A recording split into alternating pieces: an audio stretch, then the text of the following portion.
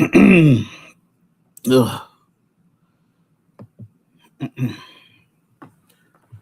Welcome to Help Stop the Genocide in American Ghettos podcast. I'm your host, Emmanuel Barbie. I am the founder, president, and CEO of GRCAM, the Grassroots Community Activist Movement. I created this platform to discuss cultural issues, political issues, and social issues using an Afrocentric perspective. I interview activists, authors, entrepreneurs, and musicians. I also created this platform in order to recruit brave and smart Black Americans beyond Chicago, as well as brave and smart African immigrants across the United States of America from 10 African nations.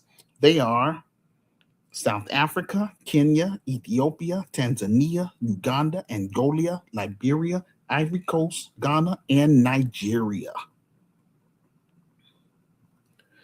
I am unable to reach Black Americans due to this slave mentality within Black society. For 34 years, I have been reaching out to Black Americans, specifically Black Chicagoans, in real life as well as online. Majority of them tell me that they're not interested in my vision and plan to help improve our social conditions within the low income Black community. I encourage all of my listeners across the United States of America and around the globe to please help me get my ebook on that bestsellers list, quote, The Solution for Black America, Reclaiming, Rebuilding, and Restoring the Urban Ghettos in America, second edition. It's available on Amazon in two forms as an ebook for $9.99. And that's what I'm stressing people to get because you can download it to your smartphone and all that good stuff. Or you can get the softcover book for $15 plus shipping and handling. I provide my Amazon author page in the comment section below this audio podcast. This will help put me in a better position financially so that I can hire Black people, African people, and others. Also, if you live in North America and if you agree with my vision and plan to improve Black America, specifically Black Chicago, then you will automatically become a GRCAM member. I would encourage you to get behind our film project and help me raise the $250,000 using our crowdfunding sites. We use crowdfunding because we want everybody to know exactly where the money will be going. Our objective is to build the best Black Christian business within the United States of America, GRCI Chicago, which stands for the Grassroots Community Activist Institute of Chicago. If you're going to build, we're going to build it from the mud. In layman terms, we're going to build it from the ground up. If you are Black American and identify as DAS-FM, which stands for Descendants of American Slaves / Freedmen, then this business is for you and your immediate family members. Before I cut and run to Africa, I want to make sure that we get this business up and running in America first. That's for credibility. Some of my critics tell me that my introductions is too long, so I try to be mindful. If you have short attention span, then I recommend that you go to my Medium transcript, okay? And that's located in the comment section of this audio podcast. Click on the link, then scroll down to show and prove, and just watch all the videos. I'm just saying. You know, also, I try to have balance for those of you that like to fact check, my sources because, I come with receipts. When I get on here, I do my part. So You can fact check my information. So I provide articles under Show and Prove, that you can check out and read for yourself. And, like I say, just fact check because I don't try to mislead anybody. I promote or I preach the gospel of truth with facts. That's what I do over here. Um, if you are new to this podcast or if you haven't subscribed to our YouTube channel as of yet, please do so now. Be sure to tap the notification bell for alerts when we upload a new video. Please let us know in the comments section below this audio podcast where you're listening to us from. Also, let us know what's happening in your country, in your state, and or in your city so that you can make arrangements with me to come on this platform and discuss it with my audience in real time.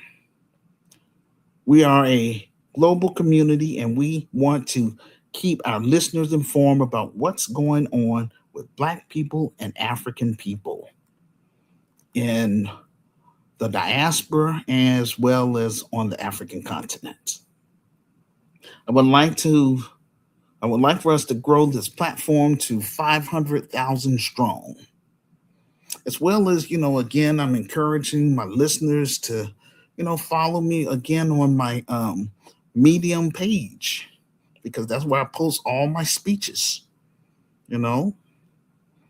And, I mean, all you have to do, you don't have to uh, listen to my long presentations, so to speak. Like I say, if you have a short attention span, then just scroll down to Show and Prove, and then watch the videos and all that good stuff. But I'm just saying, I'm trying to meet people where they're at.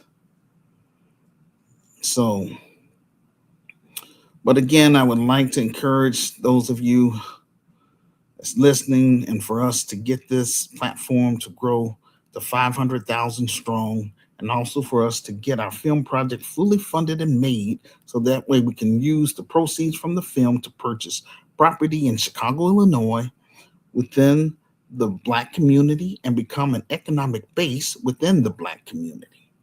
Eventually, in God's timing, we will be hosting African tours, Caribbean tours, and South American tours so that we can move beyond cyberspace and make our presence known in cities and countries around the globe. On this on this platform, we share news and social commentary on a variety of topics ranging from politics to social justice. I provide thought provoking views and details. Again, I provide receipts that support my statements.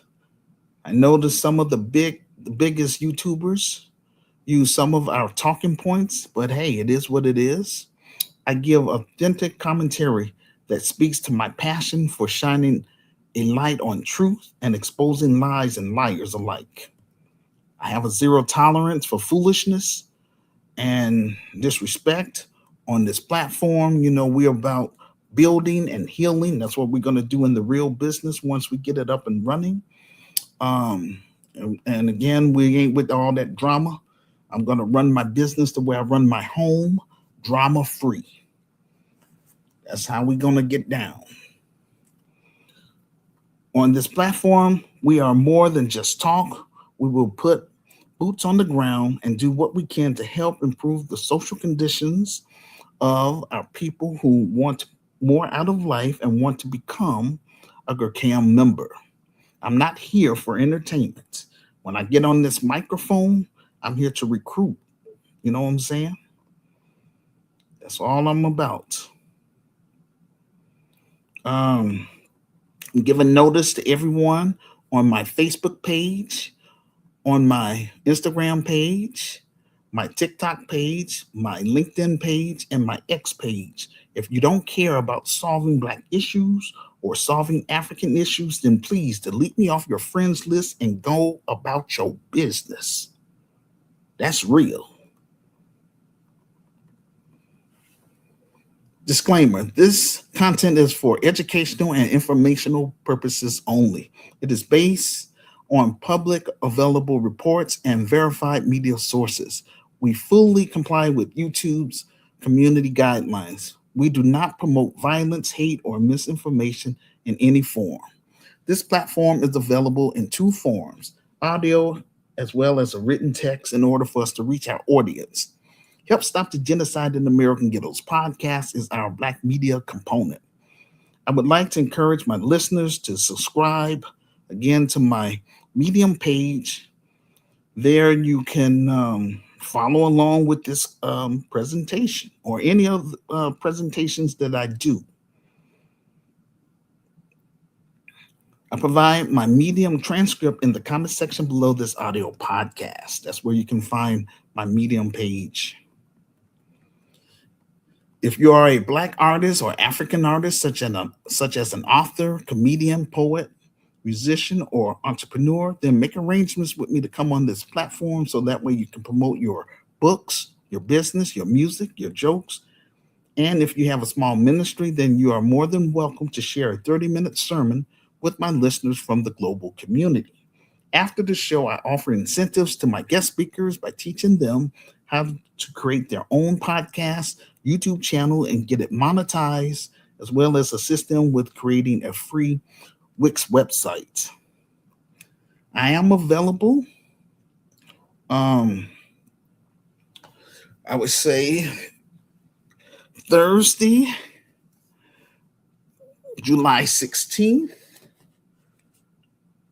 through Sunday, July 19th.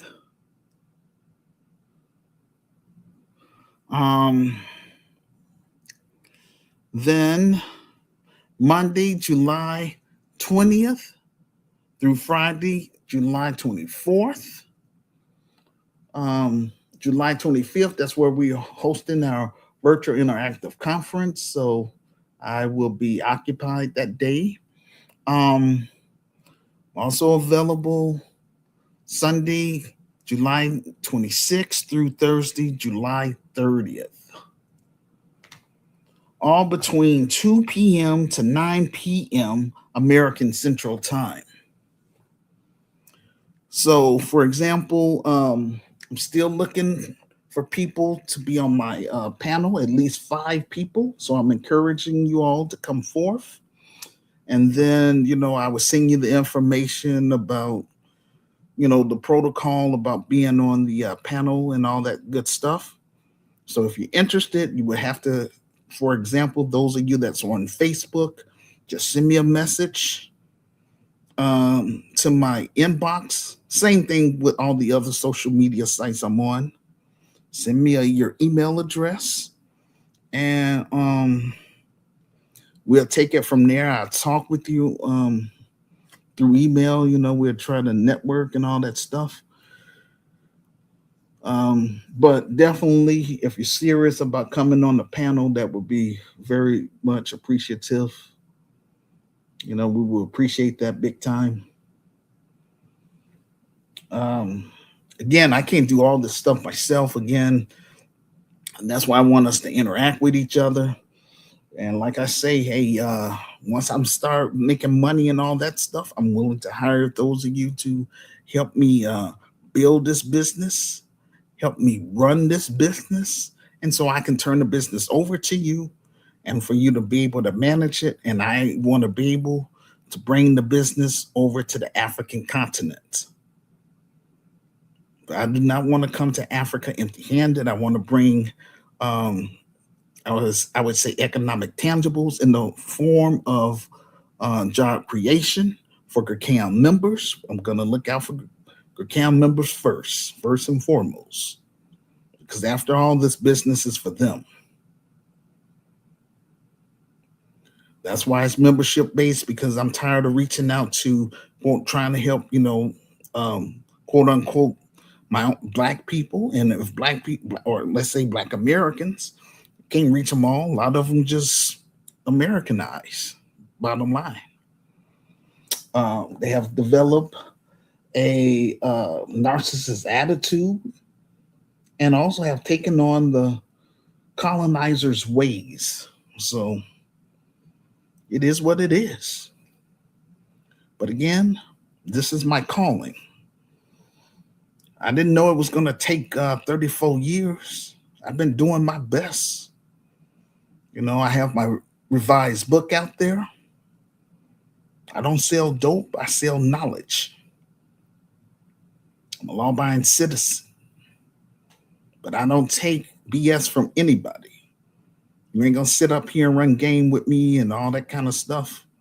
Want to come around me once I start making money and the business blow up. I'm going to treat you the same way you treated me. We're going to remain strangers. That's all. So those of you that's especially that's in my social groups, your time is limited with me.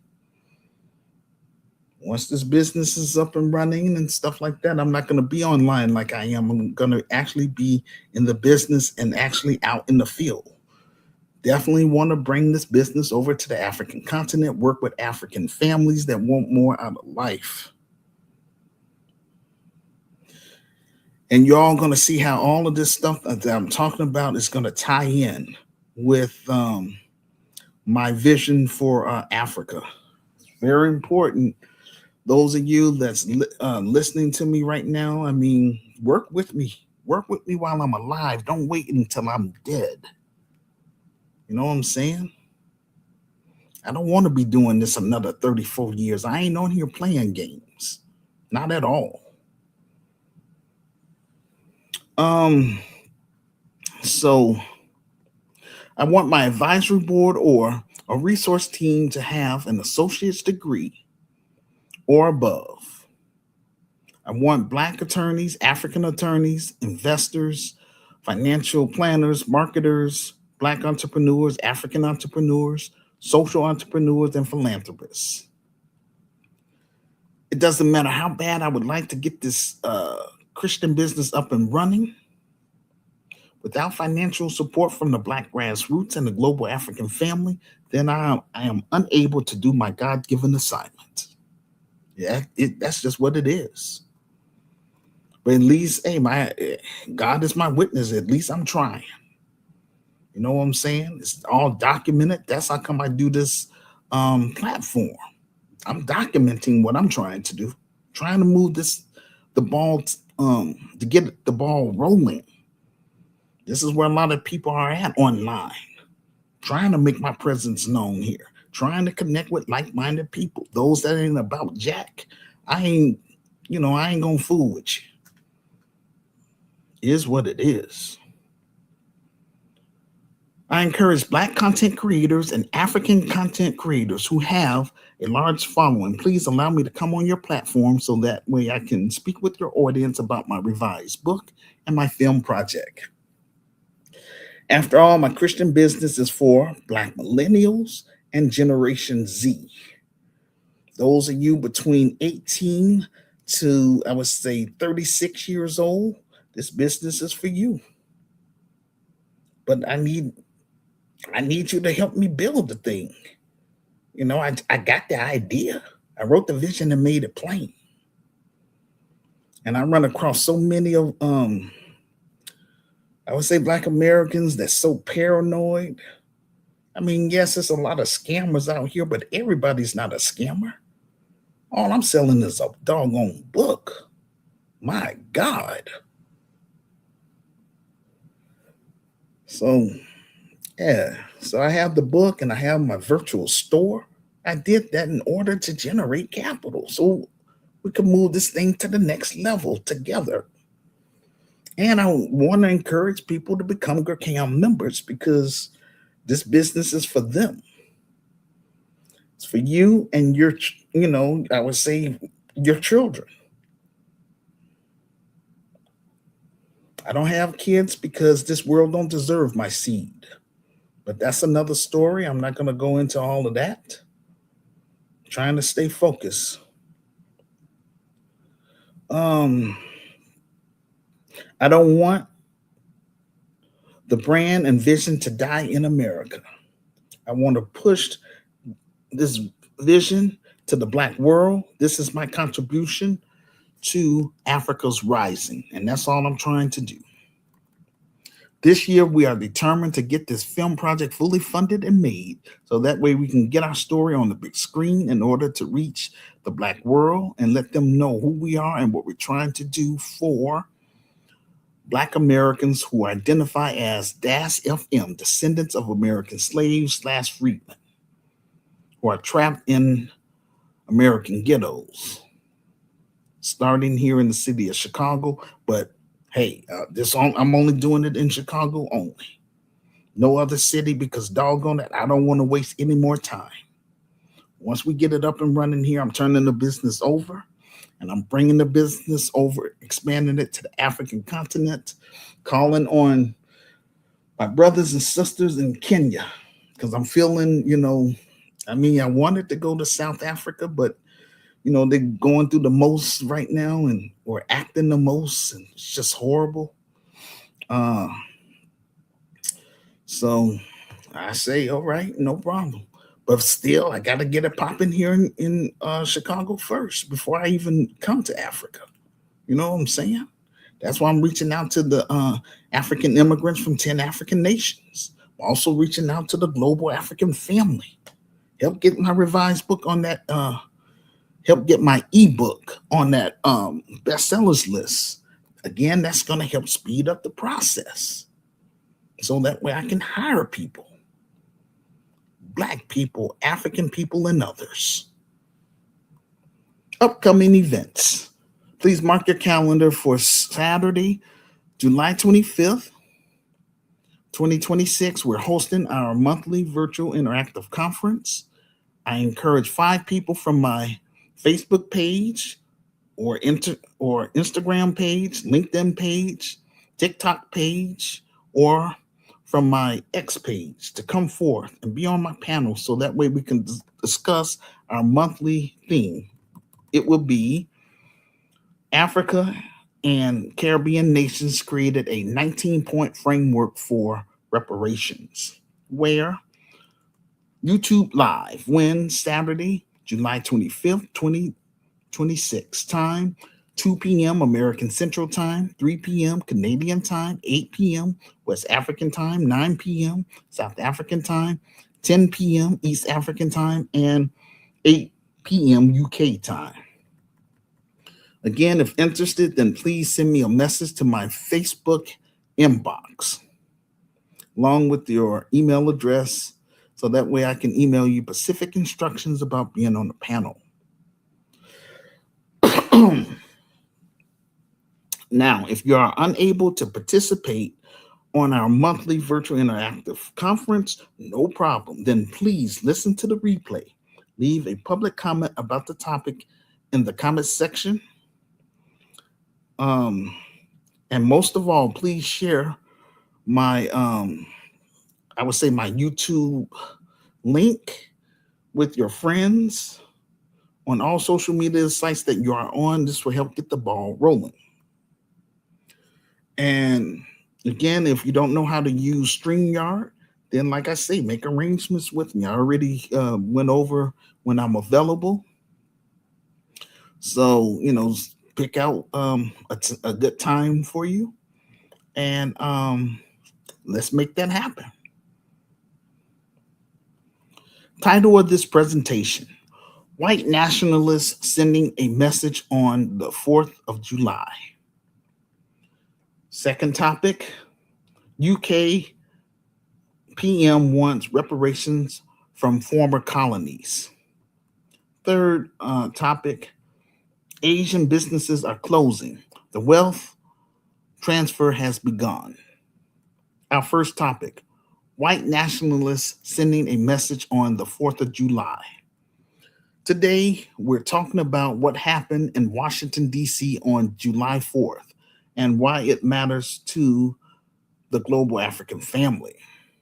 Black people in America and African people living in Europe and those living on the continent need to pay close attention because the Patriot Front didn't just crash America's birthday party. They are sending a strong message to their allies around the globe.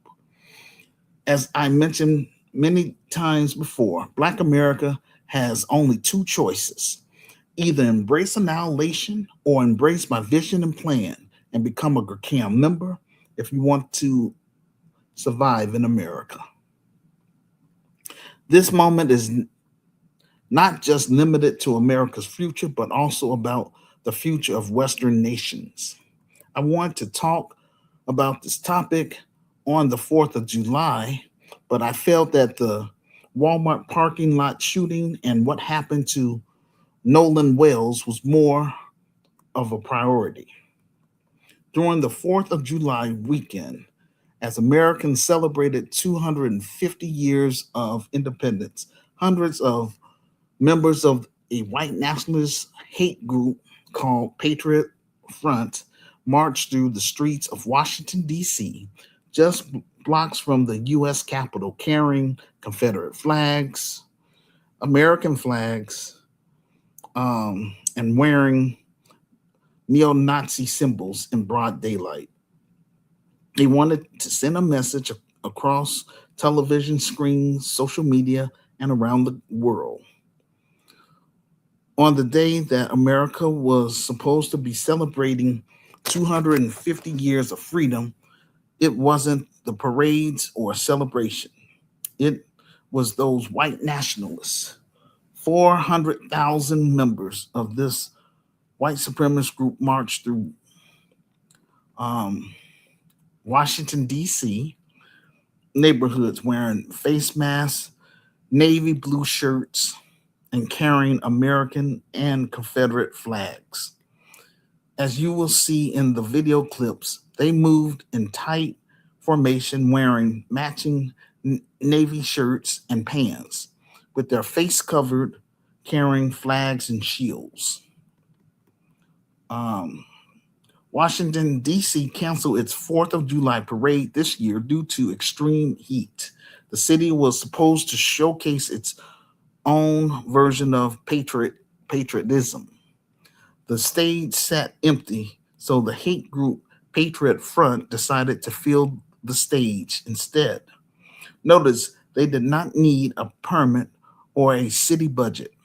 I found a video from NBC entitled, quote, Examining Extremists in the United States, unquote. To watch the full video, just go to my Medium transcript located in the comments section below this audio podcast. Click on the link, then scroll down to show and prove. I found another video from MS Now entitled, quote, America's celebrates 4th of July across the country, unquote. To watch the full video, just go to my Medium transcript located in the comment section below this audio podcast. Click on the link, then scroll down to show and prove. What I understand from these videos. Now, I am going to play these videos once I finish with my, I would say, presentation, the speech that I've written out. Once I'm done with that, then we're going to look at the videos and all that good stuff. Right now, I'm just giving you the meat about what's going on. So what I understand from these videos and from government officials, this group have a legal right to assemble. That's not the failure. That's not the failure here. The failure is bigger than any one police report. Patriot Front didn't need a fight for the spotlight on Saturday because nobody else showed up to compete for it. Patriot Front is a white nationalist hate group that's been around for a decade. They came to power after a splinter group called Vanguard America, who were present at the 2017 Unite the Right rally in Charlottesville, Virginia. This is where a neo-Nazi drove his car into a crowd of counter-protesters. One woman was unalive and 35 people were injured. Since then, they've grown significantly in popularity and in size. Their message to other Americans is that this country belongs to white America. The Southern Poverty Law Center, the Anti Defamation League, and George Washington University's program on extremists all classify Patriot Front as a white nationalist, white supremacist hate group. These groups has become known for highly coordinated propaganda campaigns and carefully staged marches designed to generate maximum public attention and media coverage. The question is, why did they choose to march on Independence Day? The 4th of July is an annual celebration of America's founding ideas: freedom, liberty, democracy, and the promise that anyone, regardless of where they come from, can become an American citizen. Every nation has symbols, flags, national holidays, monuments, founding stories, because symbols shape identity. If you can influence what those symbols represent, you can influence how people think about their nation itself. That's why, through our history, political movements of every kind have fought over national symbols. If you can define patriotism, you can define you can begin to define who belongs. I believe that their message to other American was the United States of America was founded as a white only nation, but the browning of America has begun, as well as in Europe. What does this incident means on Independence Day for Black Americans?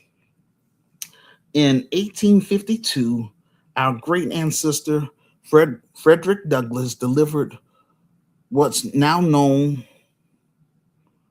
um, as the most famous speech in American history. He asked a direct question: what is the 4th of July to a person still in bondage? His answer, in short: a celebration built for one group, mourned by another on the same calendar date. The liberty being celebrated nationally didn't apply to enslaved Black Americans. The Declaration promises were, in his words, an inheritance shared by someone, not by all. Patriot Front isn't asking for something new.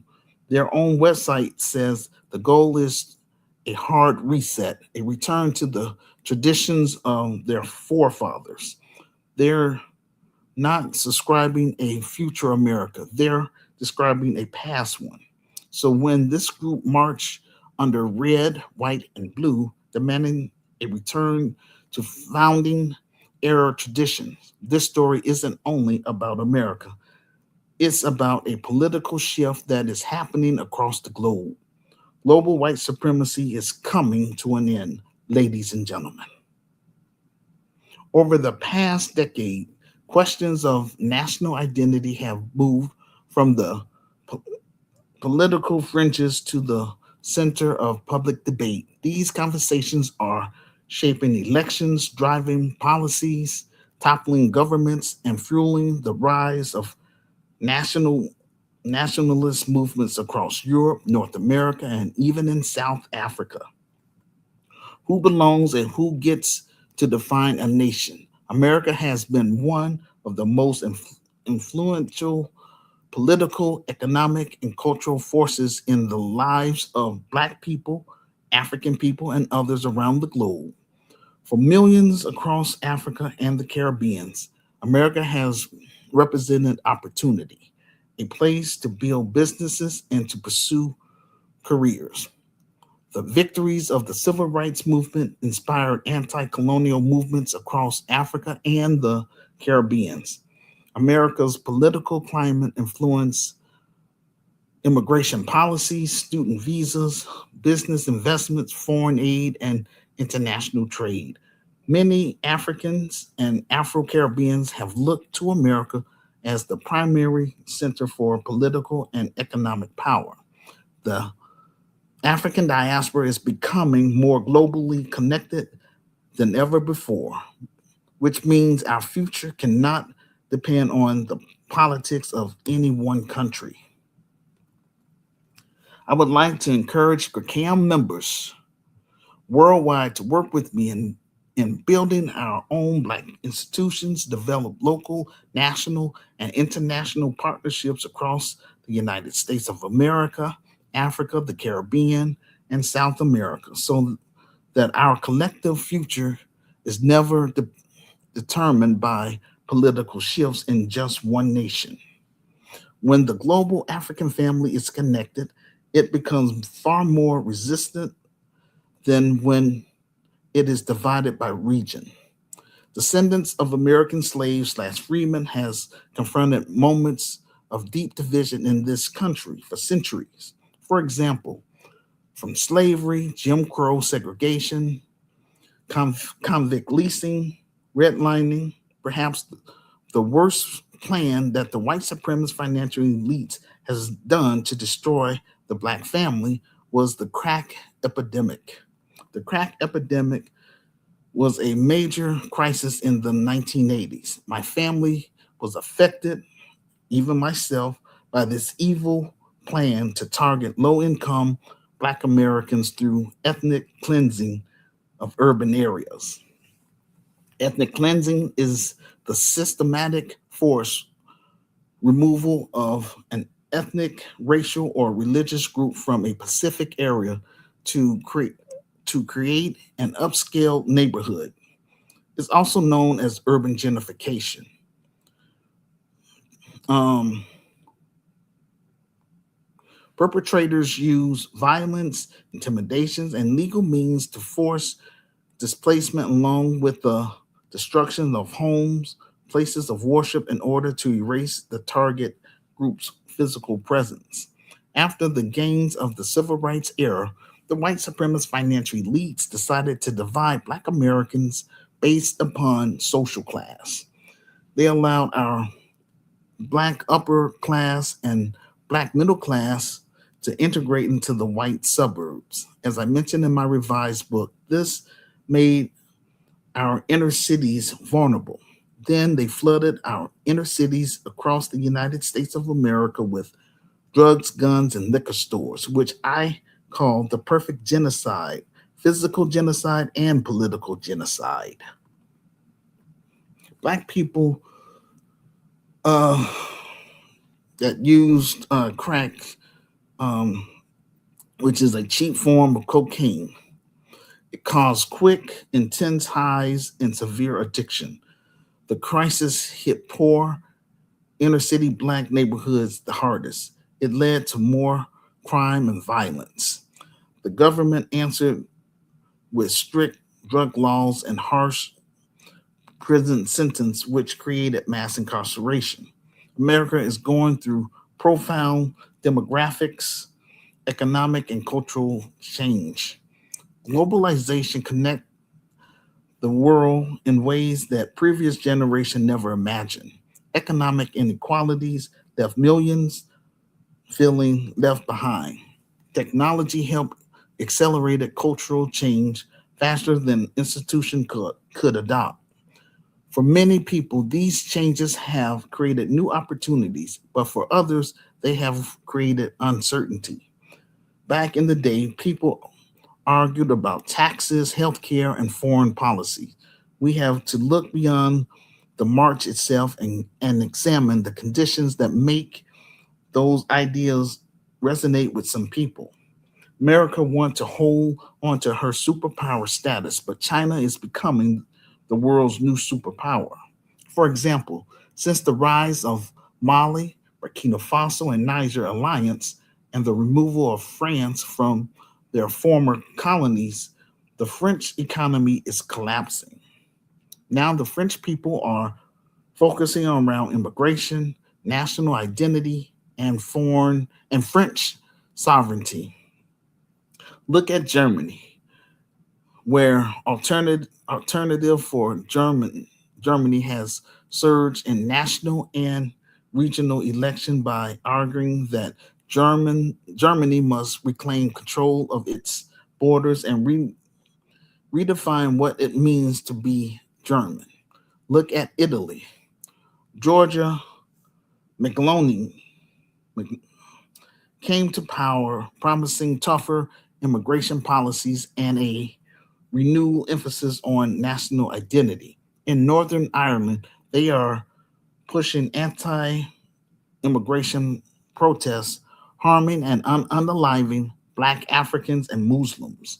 These same Europeans are the ones who colonize and destabilize these people's homelands and their economy. So, I mean, that's what happens when you become a colonizer. You know what I'm saying? These, and then got a nerve to be racist. That's the only thing I don't like about them racist people.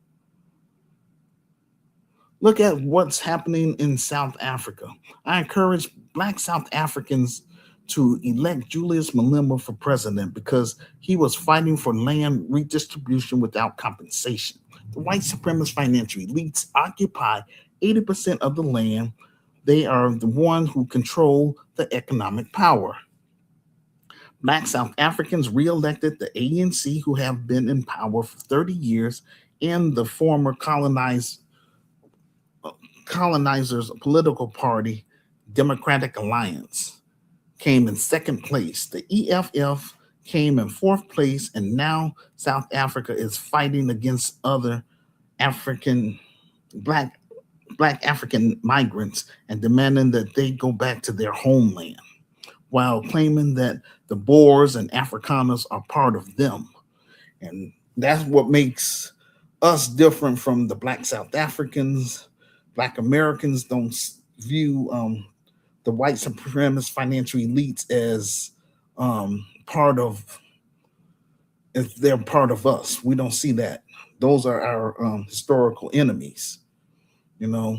And they're the ones that, cause all these doggone problems. And like I say, I just doing the best I can to get this business popping here in America so I can get the hell away from them. I don't want to be around racist people that hate black people, but their behind is all over in Africa like they belong. But we have to reclaim our homeland. That's all I'm saying. But I'm just doing the best I can to get it popping here in America. 'Cause I don't want to go to, like I say, I don't want to come to Africa empty-handed. Just a bunch of talk because I'm not a politician.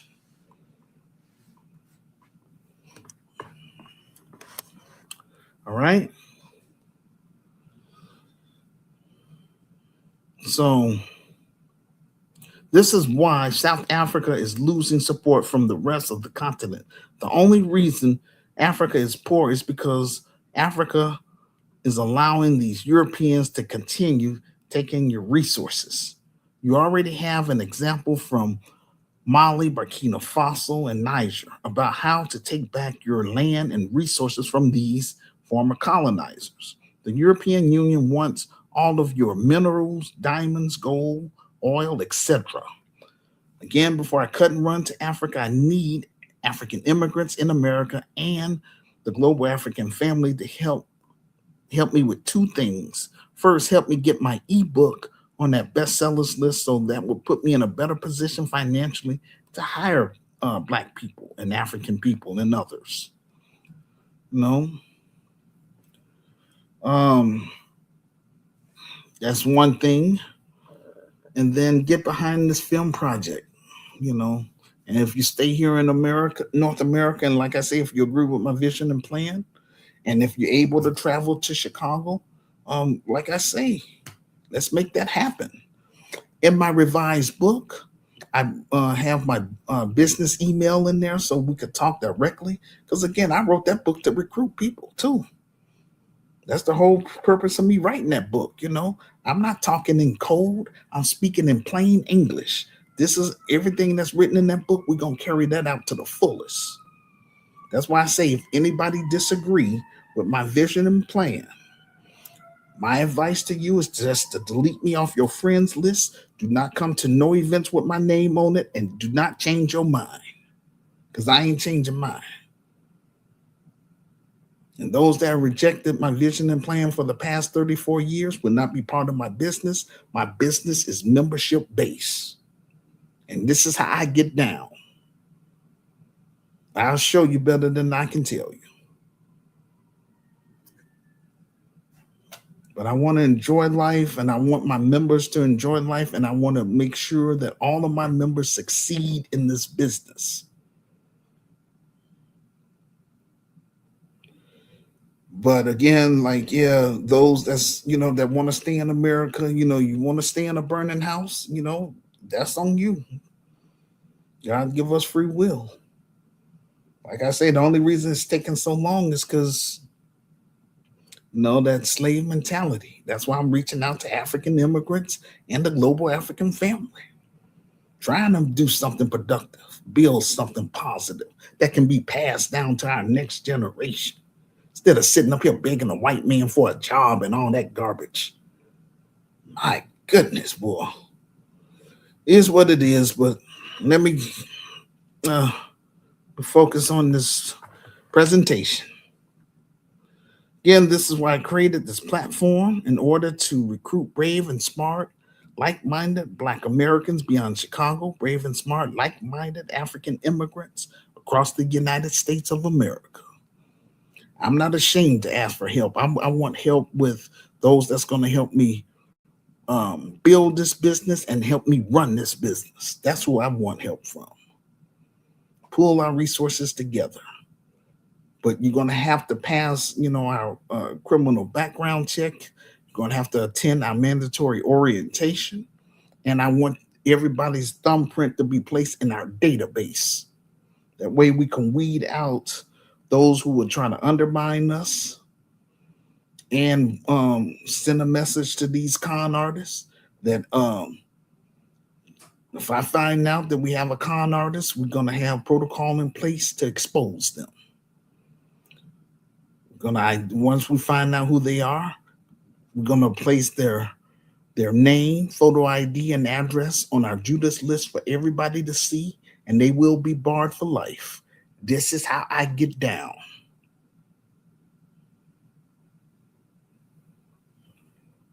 And we may take legal action against such persons too if they try to steal. If I find out that they're stealing money from us, we'll take them to federal court.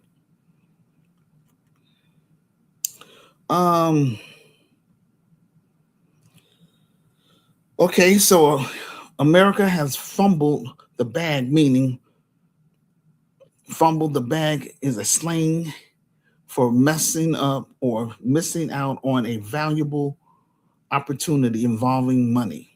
America has a $39 trillion debt and is about to collapse. America has plenty of chances to do right by Black Americans, but her racism would not allow her to do such. And so, hey, it is what it is. So,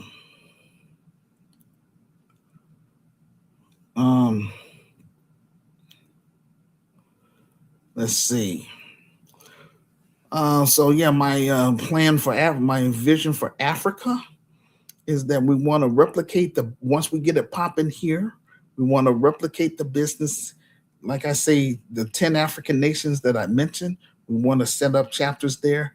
I have to, I talk it over with my advisory team. We're praying about it and all that good stuff. But I would prefer to be over on the African continent.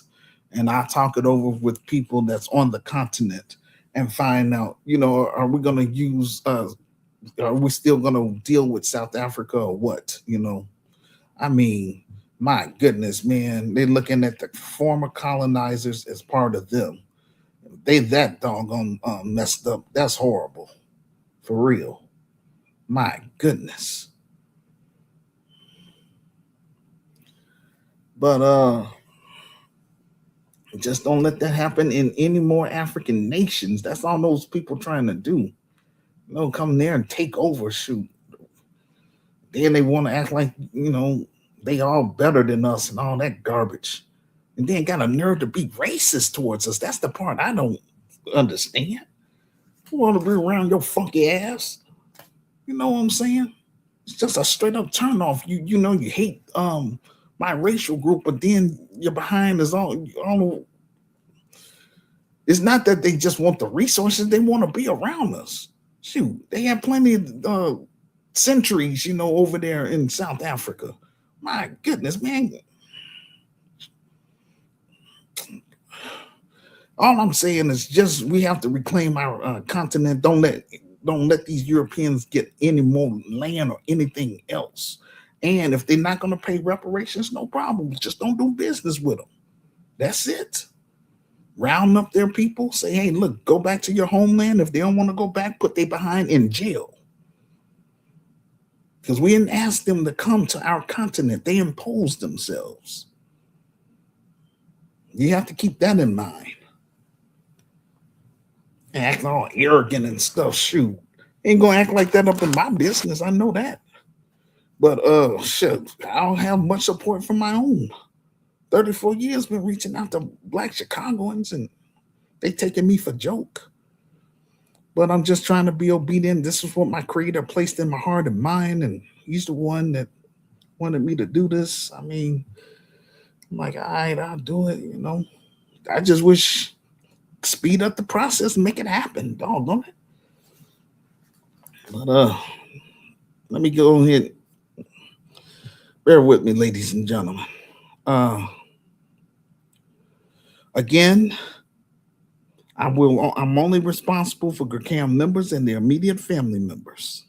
Those that's not a part of us, we'll pray for them, show them tough love, and keep it moving. And that's just how it's gonna be. Um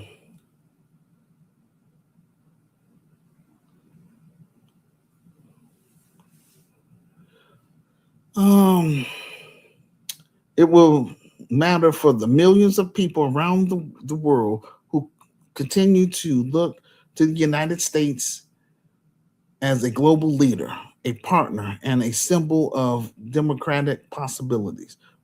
What was your reaction to the images that we saw coming out of Washington over the 4th of July weekend? What lessons should Africa and the global um, African family take from this moment? If you found today's episode valuable, then please be sure to like the video, subscribe to the channel, and also share it with your group chat. Please leave a public comment about the topic in the comment section below this audio podcast and share with your friends on all social media sites you are on. This will help get the ball rolling. Our second topic: UK MP wants reparations from former colonies. Okay. A British politician by the name of Sula Braverman has a message for descendants of enslaved colonies. They owe reparations to the UK government. She she argues that the British Empire helped improve the lives of enslaved people. They have no legal right to be asking for anything. See how arrogant these people is? And this woman, she's a minority herself. She's a from in they say she's from Kenya.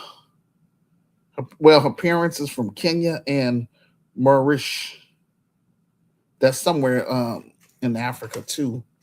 I think that's a little small country. But this is how they think. So she's one of those little sellouts. We ain't trying to hear that garbage.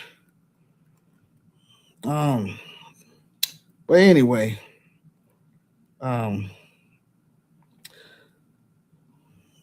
so she suggests that Britain's former colonies should be paying Britain back for its investment and contribution in building up their nations.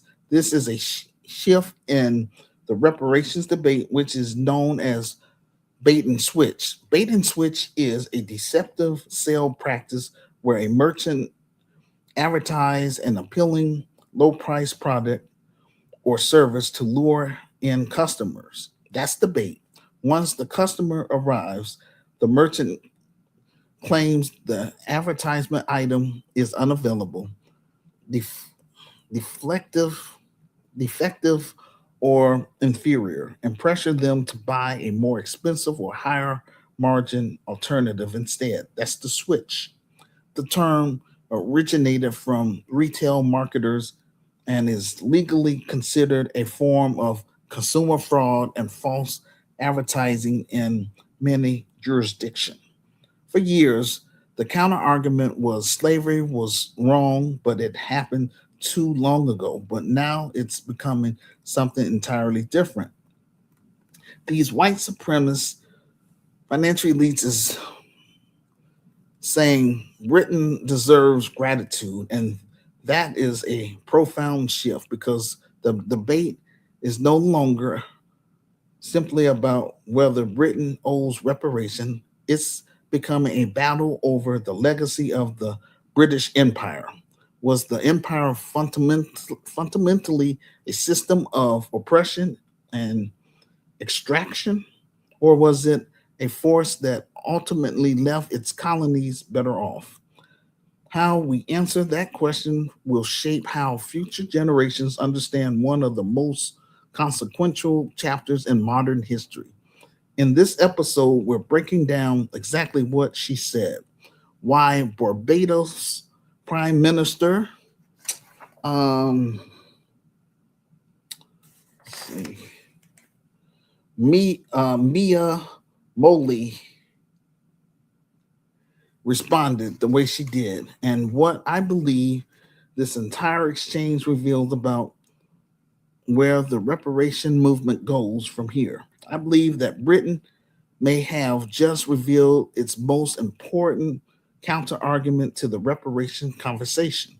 If Africa and the Caribbean nations miss this shift, they'll be fighting year they'll be fighting yesterday's battle instead of preparing for tomorrow's future. On July 1st, I read an article on X from The Guardian entitled, quote, Jamaican delegation to travel to UK to lodge former slavery reparation petition with King Charles, unquote. The article, uh, to read the full article, just go to my Medium transcript located in the comment section below this audio podcast. Click on the link, then scroll down to show and prove. Okay. Um, so, uh,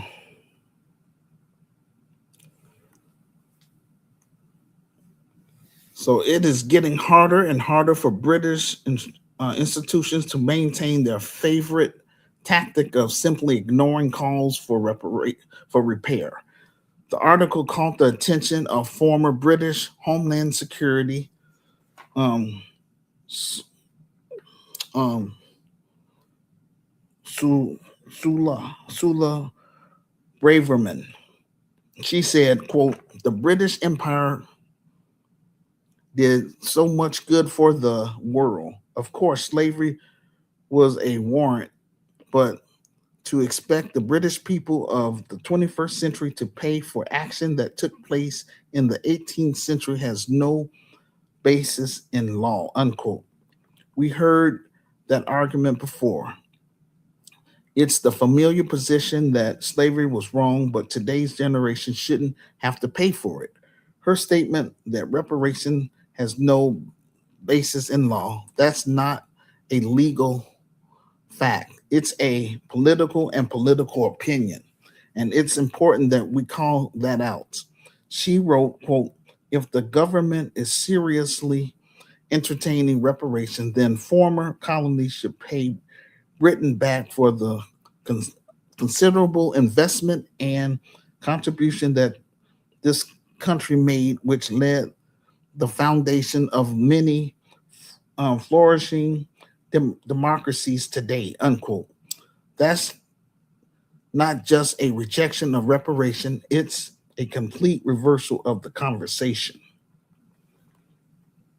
The argument is no longer simply, we don't owe you anything. The argument has become, perhaps you owe us. Slavery is described as bar, barrant. But in the very next sentence, the empire that enabled that system is present as a civilizing force that deserves recognition for building roads, institutions, and democracies. There is no attempt to reconcile those two ideas. They simply exist side by side. There is no longer just an argument about whether reparations should be paid. It's becoming an argument about what the British Empire actually was. For descendants of American slaves slash freedmen, the British Empire was a system of exploitation. Who is Sula Braverman? Again, she was the prime minister in parliament since 2015. She served as an attorney general under Boris Johnson, then as home secretary under Liz Truss. Her time on the job was defined by the hardest UK immigration policy, the Rwanda deportation scheme, and remarks that got her fired in November 2023 for accusing police of biases at a pro Palestinian march. After 3 decades in the Conservative Party, she switched to Reform UK. She is an Indian heritage, so she is of Indian heritage. Her parents migrated from Kenya and um, Mauritius, both former British colonies. Prime Minister of Barbados, um, Mia Motley, um, was speaking at a closed press conference of the Caribbean Community Summit in St. Lucie. She was asked about Braverman's remarks, and her response was immediate. To watch the full video entitled Motley Rejects UK Compensation Claim, unquote. Just go to my Medium transcript located in the comment section below this audio podcast. Click on the link, then scroll down to show and prove. There has been significant pushback from UK parliaments on the issue of reparation, with threats from parties to impose visa bans on certain countries asking for reparations. Well, hey, you guys owe it. You know, you're the one started all this stuff. We didn't come to you. Your behind came to us. And yes, you owe. We're going to keep throwing that up in your face. She said, quote, we should pay the United Kingdom for oppressing us, for enslaving us, and for treating us as cattle. Slavery existed before, but this was the first time that human beings were defined as cattle, unquote. Yeah, calling us human capital and all that mess. Just low down. Talking about we didn't have a soul and just trying to justify all that stuff. But and then brag about it in your history books, but don't want to pay. So I'm like, okay, no problem. Don't pay. We can't make them pay. That's true. But we don't have to do business with they behind neither. You know what I'm saying? Just saying. But those that's on the African continent, you all have more leverage than us over here in America because, like I say, the European Union, all of those European nations, they want your minerals, they want your diamond, gold, or they want all of those things because they don't have it in their own country. And so if they don't want to play fair, then we just don't do business with them and tell them to get the hell off your continent or put they behind in jail if they don't want to leave. Because we didn't ask they behind to come there. You just got to say it like that, and you have to mean it, and you can't be nice to those people.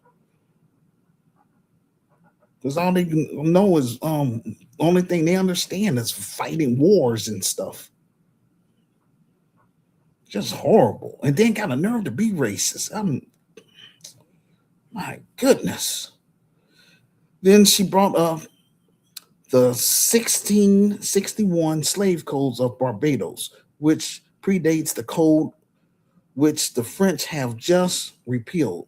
Notice how all these European nations are distinguishing themselves and all of the slave laws that follow. The 1661 Slave Code of Barbados by the treatment of human beings as cattle. She said, quote, we are not asking for charity. We're asking to be able to ensure that justice can be done, unquote. In 1834, the British Parliament did not need to be persuaded of that fact with respect to the loss of property because we were cattle and the compensation of the slave owners were 20 million pounds. She said, I would like to advise those who have not understood the history to do so before making comments that rarely do reflect well on them, unquote. We have seen Pope Leo make comments about slavery this year. There are a few things about um, Mia Moley response that really stood out to me. The first is that she immediately rejected the premise of the question. She didn't spend time debating whether the Caribbean owed Britain anything. She called the idea asinine and moved on. In debate, the moment you begin arguing against the premises, you already given that premise legitimacy. Instead, she reframed the conversation around something much more fundamental. She said, quote, we should pay the United Kingdom for oppressing us, for enslaving us, and for treating us as cattle, unquote. Notice that last phrase, not simply enslaved, but treated as a cattle. Merely that point to the 1661 Barbados Slave Code, arguing that it illegally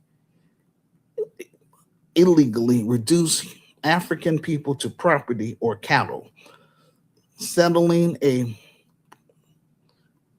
precedent for later slave codes across the Americas. In other words, she wasn't making only a moral argument, she was making a historical claim. Her point was that this wasn't simply forced labor, it was the legal system itself that stripped millions of African people of their humanity. Yeah, breaking up our families, messing up what we had going on. And so what if on the African continent that they had other slaves, but I don't look at it as slaves. Those were like indentured servants because after 7 years they can get out of that. For the white man, shoot, they want you to be a slave for life. And so that's what I'm saying. It's just a turnoff. It really is, and I don't care how much they try to whitewash, this history. It's already out there. Everybody know what's going on, and it's passed down to our children too. So that's why they speak out against it. And people are just sick and tired of these white supremacists always bugging. They're the ones causing all these problems.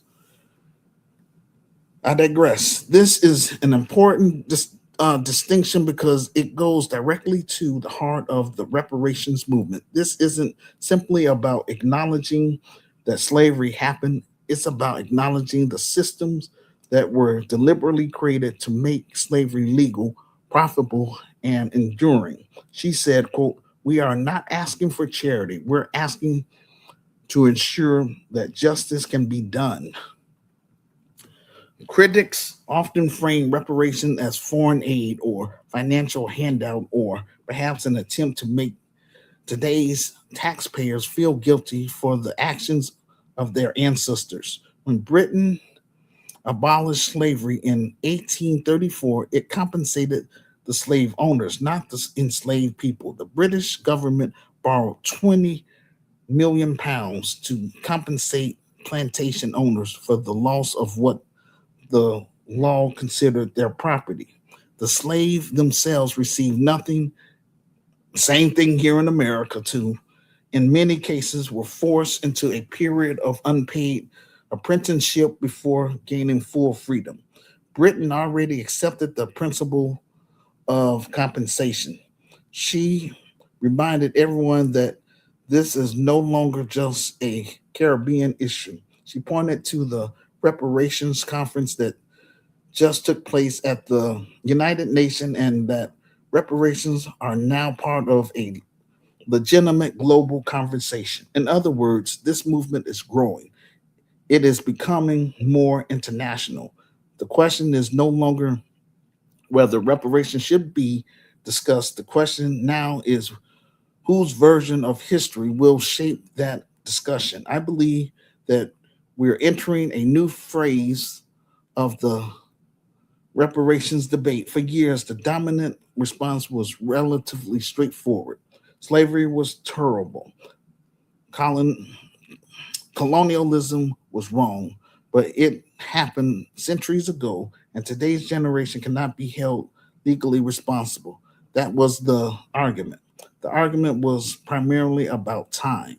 The message was too much time has passed. The argument is no longer just that reparations are impossible because history is too distant.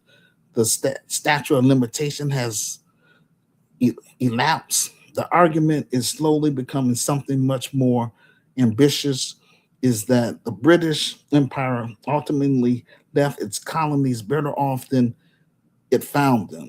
Terrible things happened, but Britain also built roads, railroads, it established courts, it created institutions that many former colonies still use today.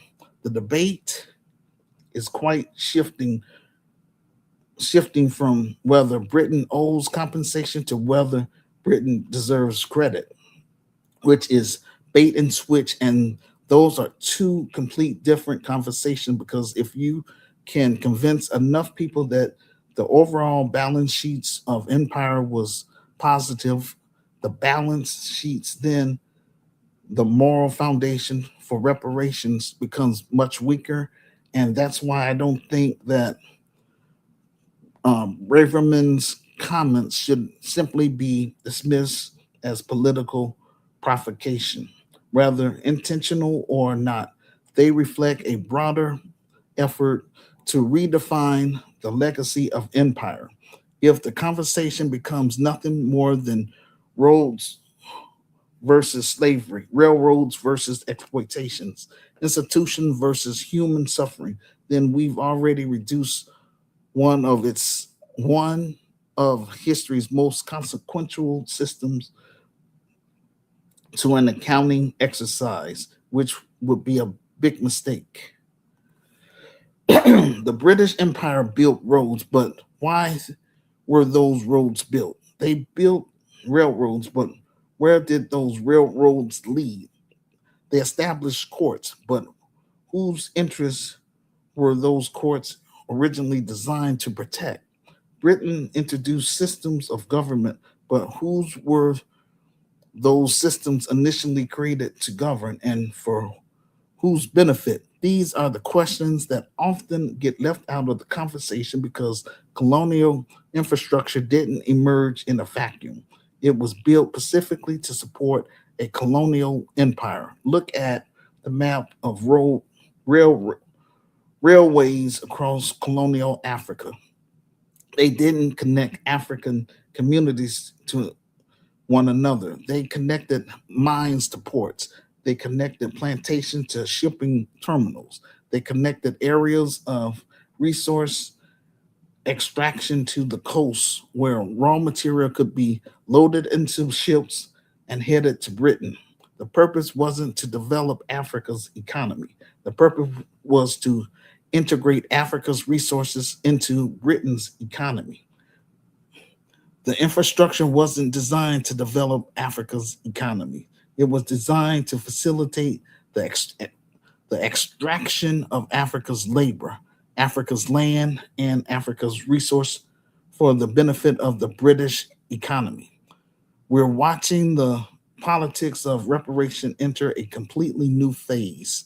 Governments could simply ignore the conversation. There was no coordinated movement, no sustained diplomatic pressure, no international monument.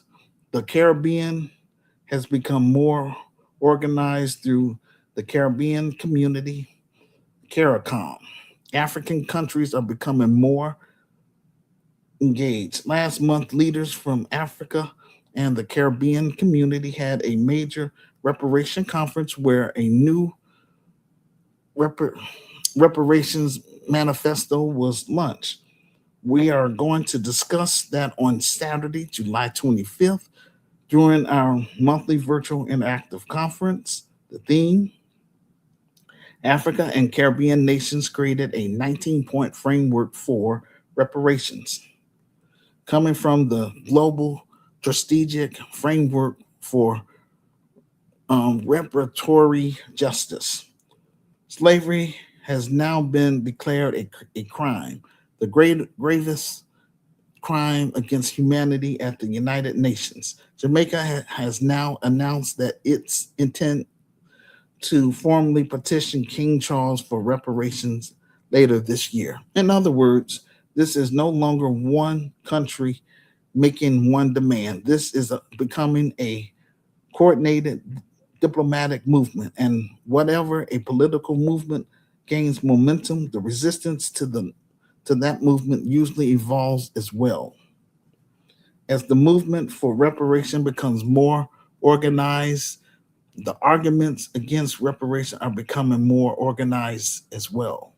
I believe there are three important lessons that Africa and the Caribbean should take away from this moment. First, don't expect the case for reparations to be won on historical and moral arguments alone. For decades, many people believed that if enough historical evidence was uncovered, if the facts become undeniable, the government would eventually acknowledge their responsibility. But that's not how politics works.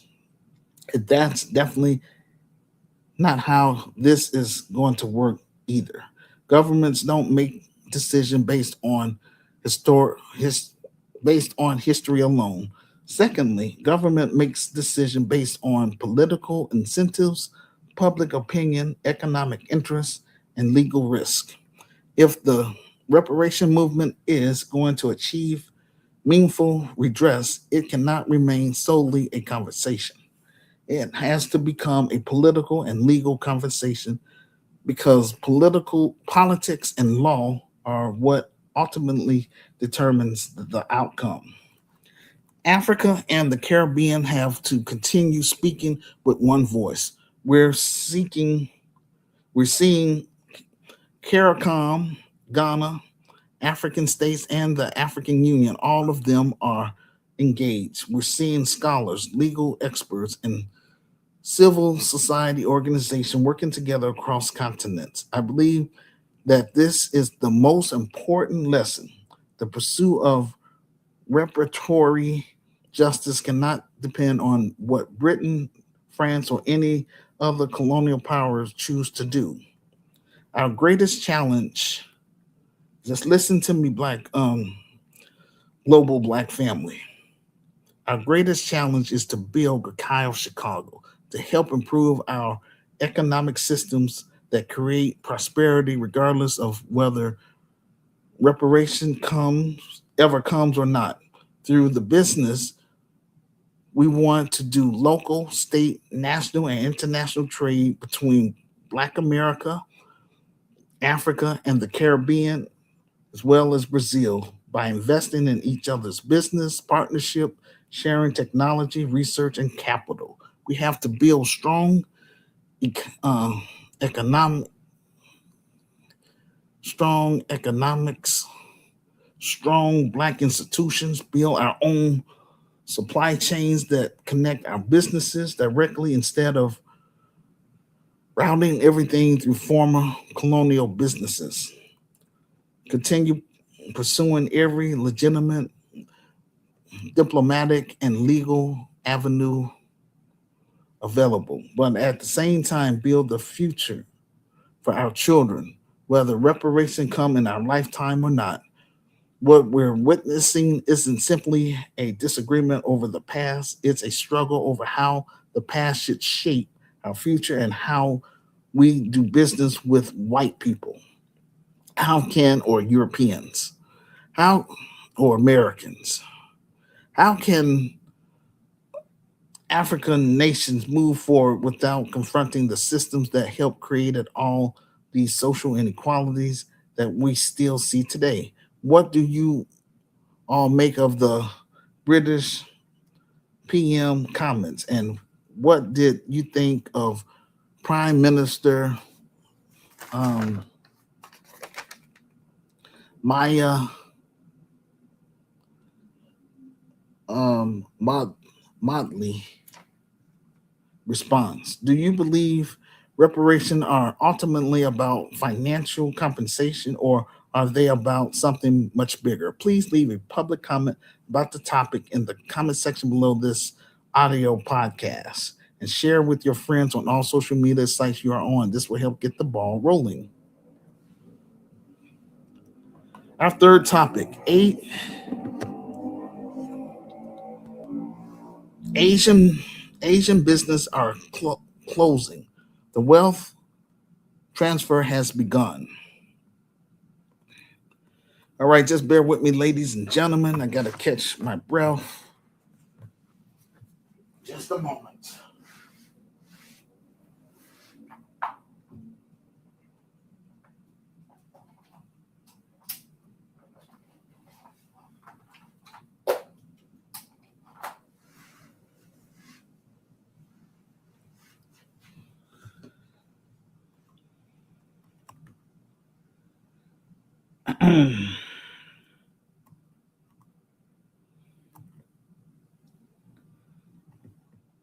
And I'm almost through, so that's a good thing.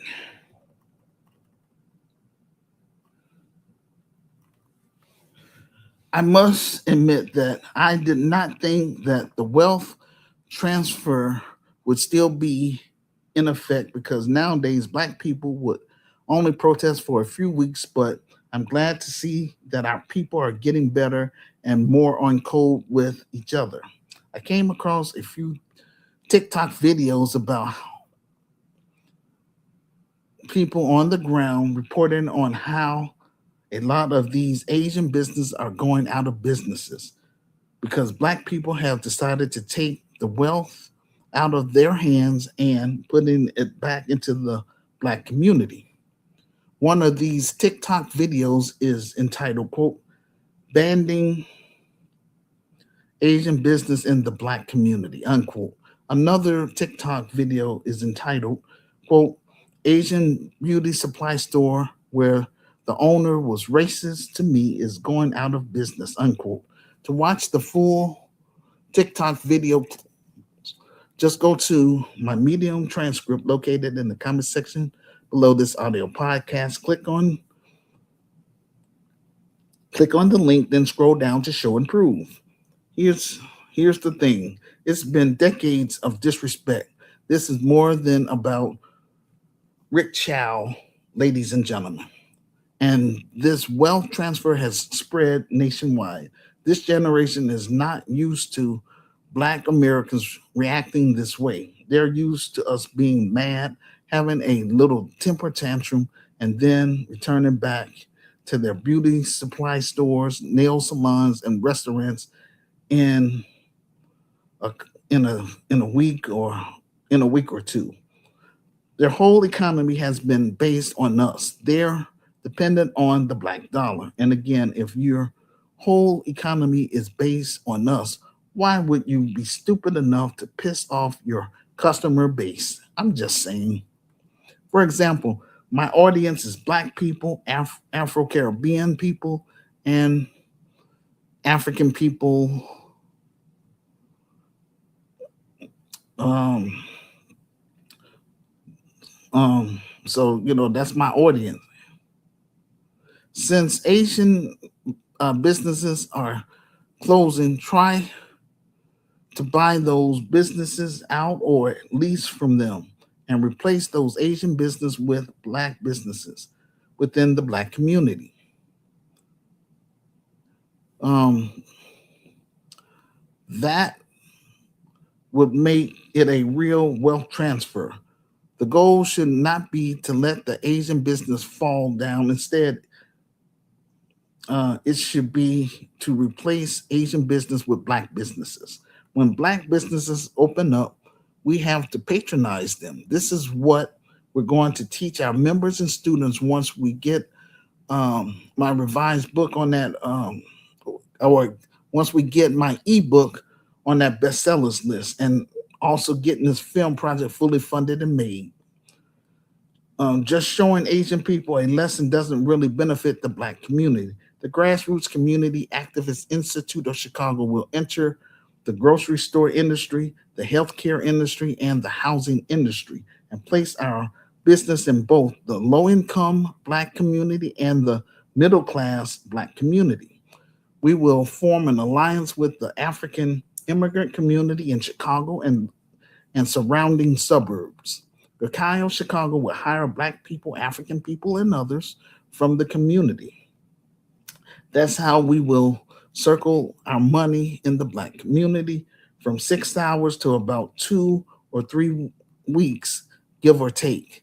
That's when wealth is truly transferring back into the black community. This all started with the delineation movement from FBA. I give credit to where credit is due. This is the time to transfer all our talents and skills over here so that together we can pull our wealth back into the black community where it belongs. I'm proud of y'all. Y'all doing the Lord's work. Please leave a public comment about the topic in the comment section below this audio podcast and share with your friends on all social media sites that you are on. This will help get the ball rolling. I am a black American, a descendant of American slaves slash freedmen. I am called to help improve the lives of black Americans who become CAM members and build a connection with African immigrants who want to be a part of us. CAM members will assist me in building and running this Christian business so that both groups, Black Americans and African immigrants, can build and heal from the scars of slavery and colonization. My people who have the moral capital, our fight for civil rights and human rights, this business is for you and your immediate family members. Please leave a public comment about the topic in the comment section below this audio podcast and share with your friends on all social media sites you are on. This will help get the ball rolling. Thank you for listening to our audio podcast and for joining us on the live stream. If you want to, if you have specific questions for me, I would drop the link in the chat room, and so if you want to ask me specific questions, you can do that. Again, we greatly appreciate it. I need you all to support our film project so that way we can move Cam to the next level and get it on the big screen to let the whole black world know who we are and what we're trying to do for descendants of American slaves slash freedmen who reside in the low income black community. Quote, Hood Liberator made in Chicago, the war against Willie Lynch begins. You can be a part of this historic docudrama by contributing to our crowdfunding pages, which are our GoFundMe page, our Buy Me a Coffee page, or our PayPal Giving Fund page, which will help fund marketing, promotion, clearance, and legal general expenses. Thank you for listening to our YouTube live or the playback. If you reside on the African continent, then I recommend that you follow me on my Pod Chaser because it won't eat away your bundles because it's audio only. I provide the link in the comments section below. If you are new to Help Stop the Genocide in American Ghettos podcast, welcome to our safe space where we discuss Black issues and African issues. We do this every week. This will conclude our audio podcast for today. Like, share, and subscribe. See you on the next episode. Now, before I leave, we're going to watch a few videos, ladies and gentlemen. So, trying to see.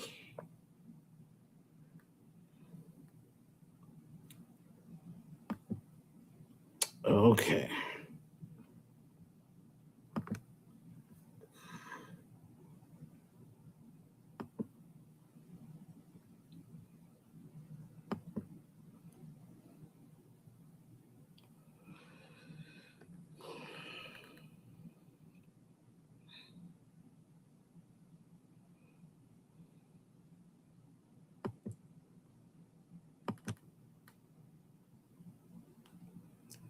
Oh.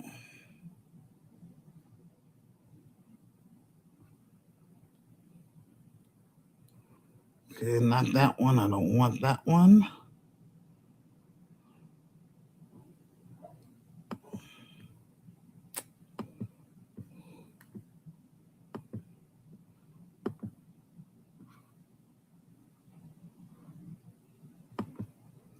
All right, here we go. Joining us now, Eddie Glaude Jr., MS Now political analyst and professor at Princeton University.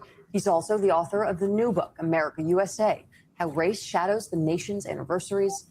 And also with us, Michelle Norris, MS Now senior contributing editor. Thank you both for joining us this morning.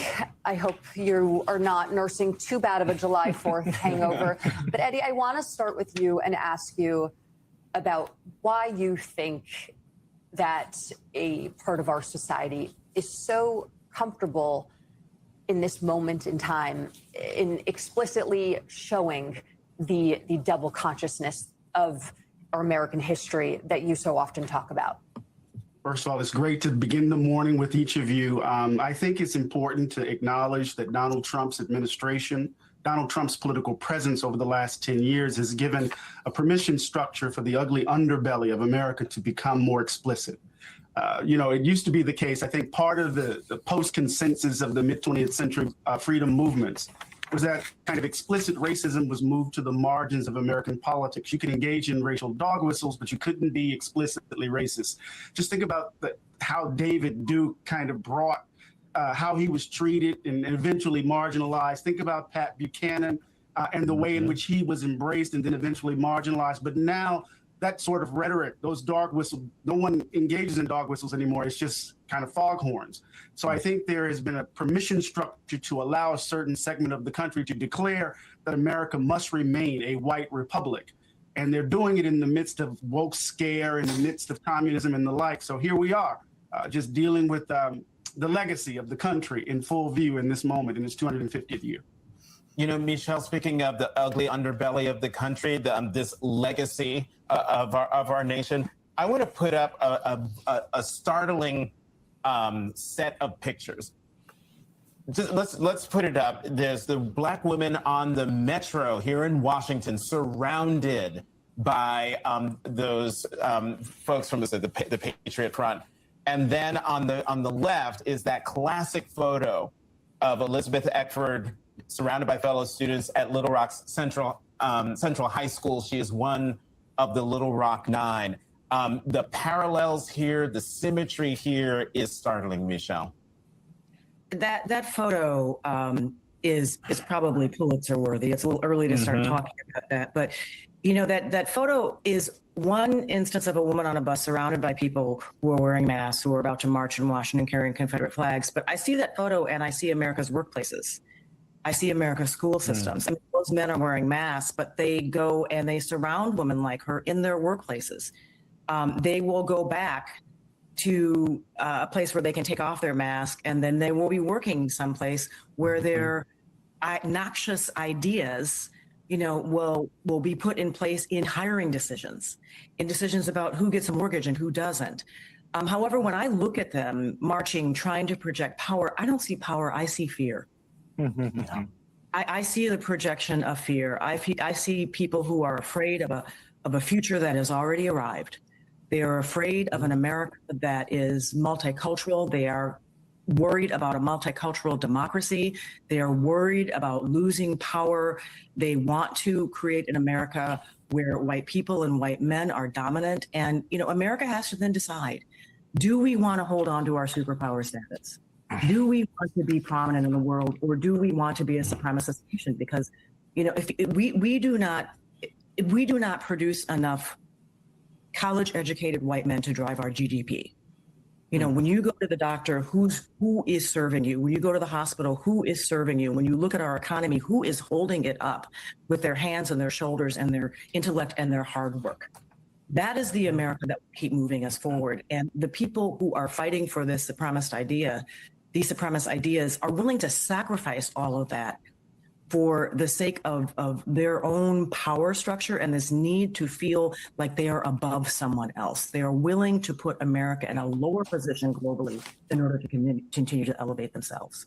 I mean, those losers that were walking around DC with those masks on yesterday, Michelle, when I see folks like that, I see exactly what you see when you say you see fear, because they know what they have done with being the majority in this country.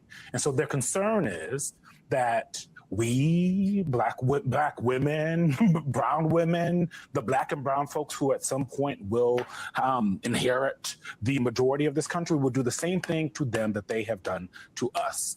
I'm going to say that before I play. I'm going to move on because I'm getting a little emotional here. Vice President J.D. Vance spoke yesterday about people who criticize America and what that means. And I want you guys to listen to this. $15 a month sounds steep to me. That's almost a whole AI subscription. Then I did the math on the hours you lose. You will hear a couple small but loud voices today speak obsessively not of our national greatness, but of our national imperfections. They will speak of the powerless and the dispossessed. They will tell you that America is just another country where the weak struggle against the strong. So what I'd ask you to do, my fellow Americans, on our 250th birthday, is to reject the two-dimensional view of your fellow citizens and reject the two-dimensional view of your country. Speak obsessively not of our national greatness, but of our national imperfections. Donald Trump, Eddie Glaude, has only done that for years. He started his political career by doing that. He has talked about the crumbling America for a decade. So he could be talking about the president here. I think he's pretending like he's not. But even Donald Trump knows that if you seemingly love a country, that you should be able to say what you want and criticize it. So what is the J.D. Vance talking about here? Well, let's put that. We could just look at the American Carnage speech, right, and just give an example of exactly what you're talking about. But I want you to understand, Eugene, that this is an ideological position. They reject more perfect union talk altogether, because for them, America's perfection was secured in its founding. And that's all we need to do is to remember and restore. To talk about more perfect union is to talk about all of the failings, right? The failures with regards to slavery, with regards to women, with regards to child labor, with regards to workers and the like, right? So for them, that kind of conversation, right, exposes the country and it opens up this kind of multicultural imagining of America, this multiracial imagining of America. They want to shut that down. J.D. Vance wants us to simply shut up, those of us who look like me, right? They want us to shut up and be grateful. That's what they want us to do. And I think it's really important for us to understand the way in which they're mobilizing the founding for their white supremacist ends. And J.D. Vance tries to put it in kind of flowery language or makes it sound reasonable. But at the end of the day, what he's arguing, right, is that America is more than an idea. America is rooted in a culture that is fundamentally about blood and soil. Donald Trump said that in front of Mount Rushmore. He said, what? He said, American identity, American freedom. There's no American freedom without American culture. That's a quote. And so I think we need to understand these folk for who they are and name the devil that has us by the throat. These are white nationalists for sure. Michelle, let's get a little bit into Donald Trump's message last night and what he had to say about the semi-quincentennial. Unlike so many others in the world, in this country, we have freedom of speech, freedom of religion, equal justice under the law, although I wasn't treated that well, but we won't get into that. We rebuilt our military in my first term. We used it a little bit in our, actually, I should say third term, but I won't do that because I don't want any controversy.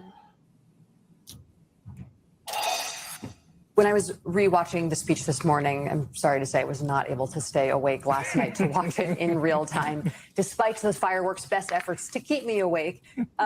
It was hard for me not to think of the other major moment that we just saw in this country that you were witness to, which was the opening of the Obama Presidential Center. When you are comparing and contrasting these two speeches, what are your takeaways about today's Republican and Democratic Party? I'm glad you mentioned the opening of the Obama Presidential Center, which had its own 250th celebration on the patio open to the public in Chicago, because that was another split screen moment.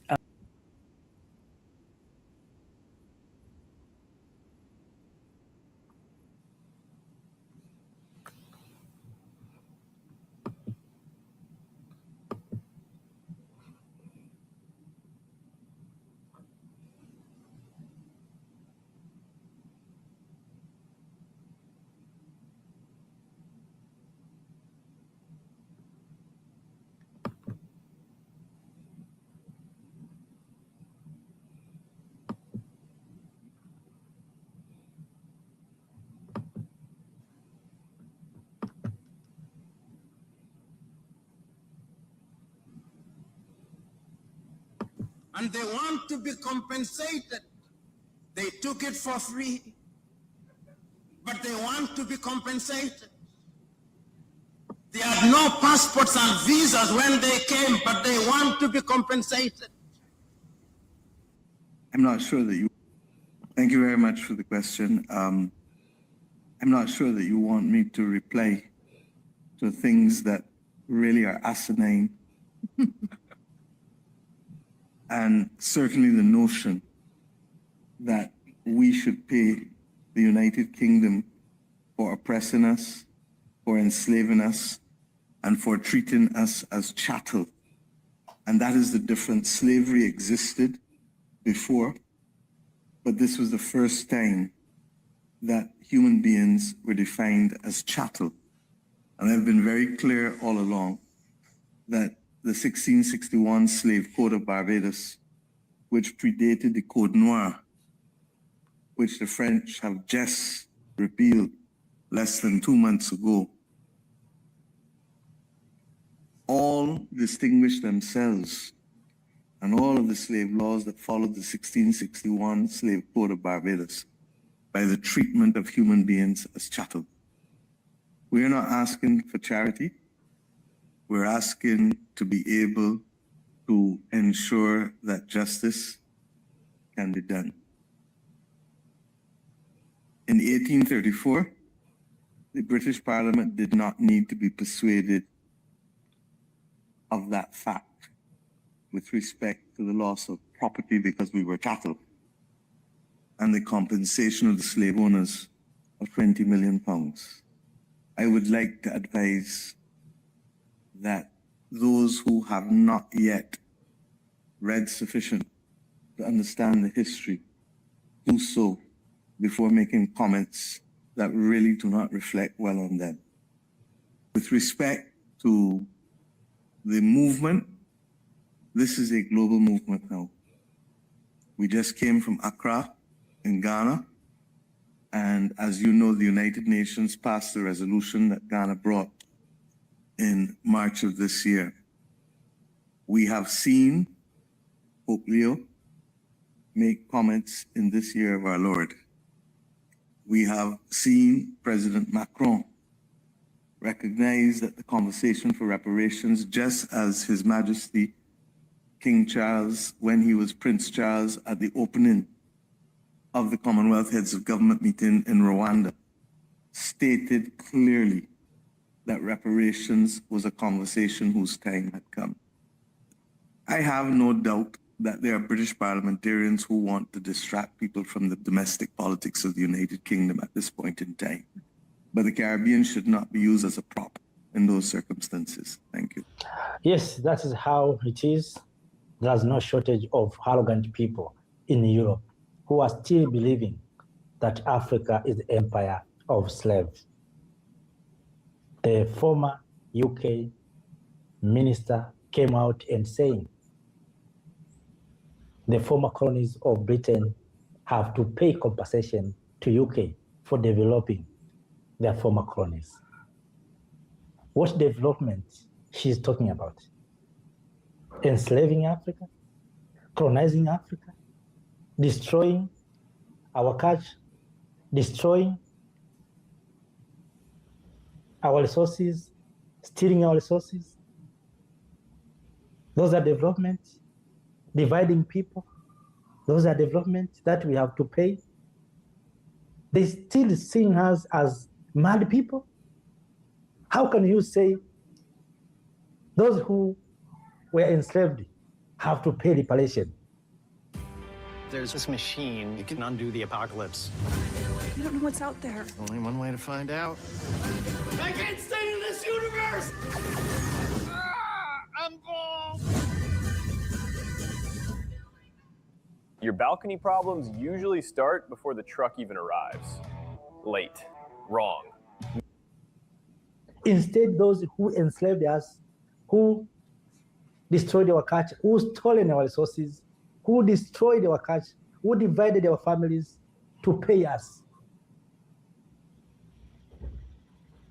I don't know what they think in their minds. You know, one time Traore said, the Western world still believing that Africa is the empire of slaves.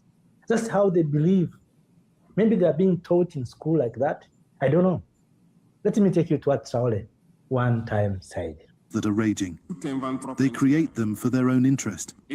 Finally, according to them, the empire of slaves is Africa and some South American peoples. In their minds, as I mentioned earlier, Africa belongs to them. Our lands, our riches belong to them. And they can't conceive that Africans could emancipate, rise and challenge them. And for this reason, they believe Africans are easy to manipulate and driven by emotions. They will always find an African to fight against his brother. And it has always been like that.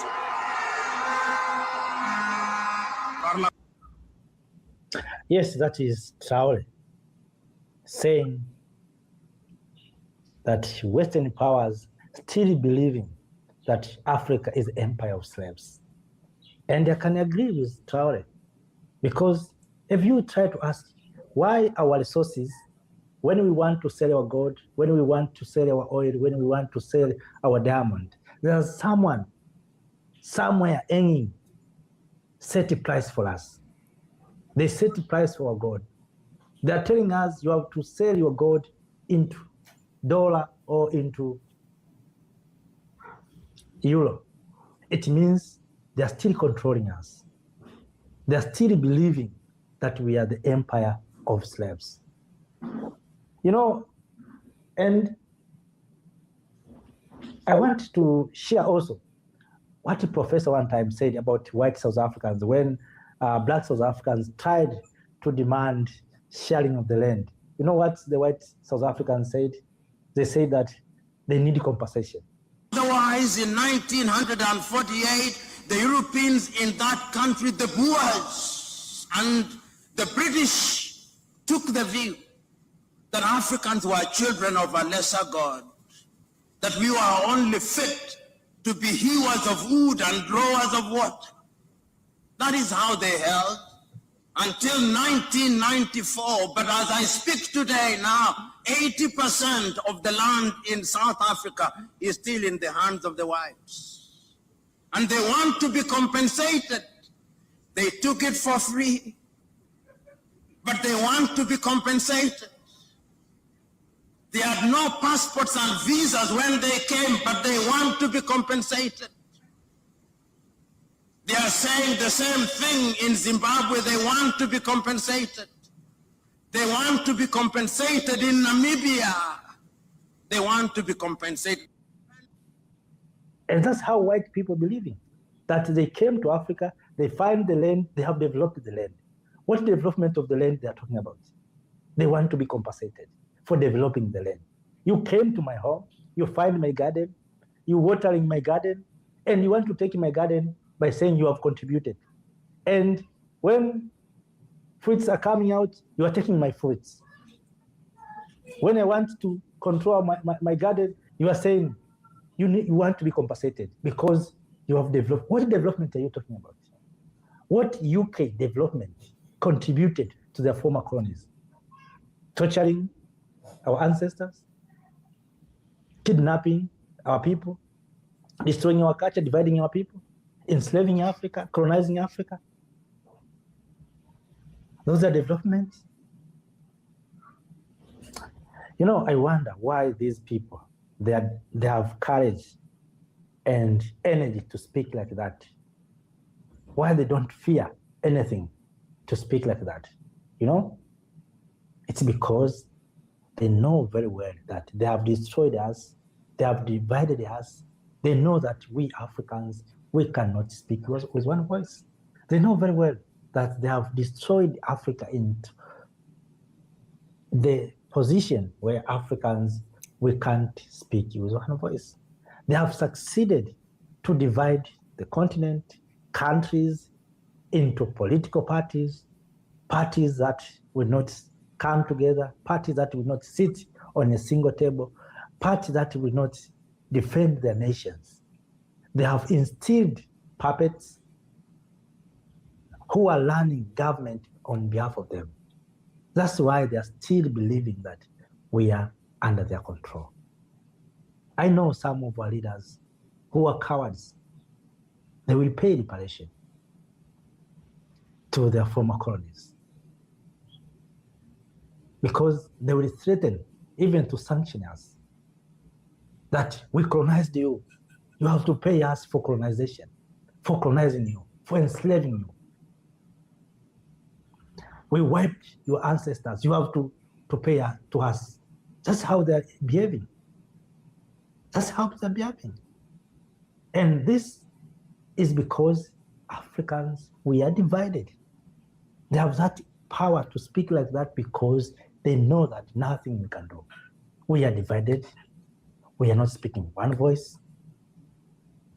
We don't trust each other. Black people are not organized. Look what happened in South Africa. And they have the energy and the power to speak like that because what happened in South Africa are telling them that these people are not speaking with one voice. Recently, President Ramaphosa denied state visit to Ghana. It means South Africa and Ghana are not speaking with one voice right now. The same to Nigeria.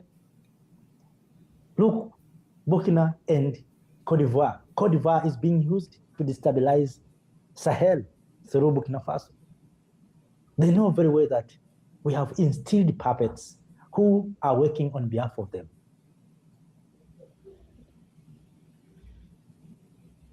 That's why they have courage, they have decision to speak like that, and nothing will face them. If you try to imagine what Africa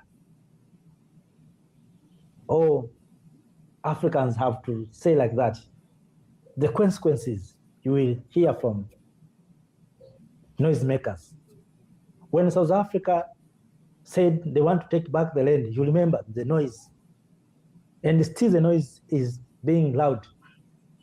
Some said there was white genocide in South Africa. Some said whites are being killed. Some said, you see. But for them, no problem. And even big nations didn't support the motion to accept that transatlantic slave trade was a crime against humanity. These big countries that whom majority of Africans are respecting, they didn't accept. And today they're saying we have to compensate them. We have to pay for them.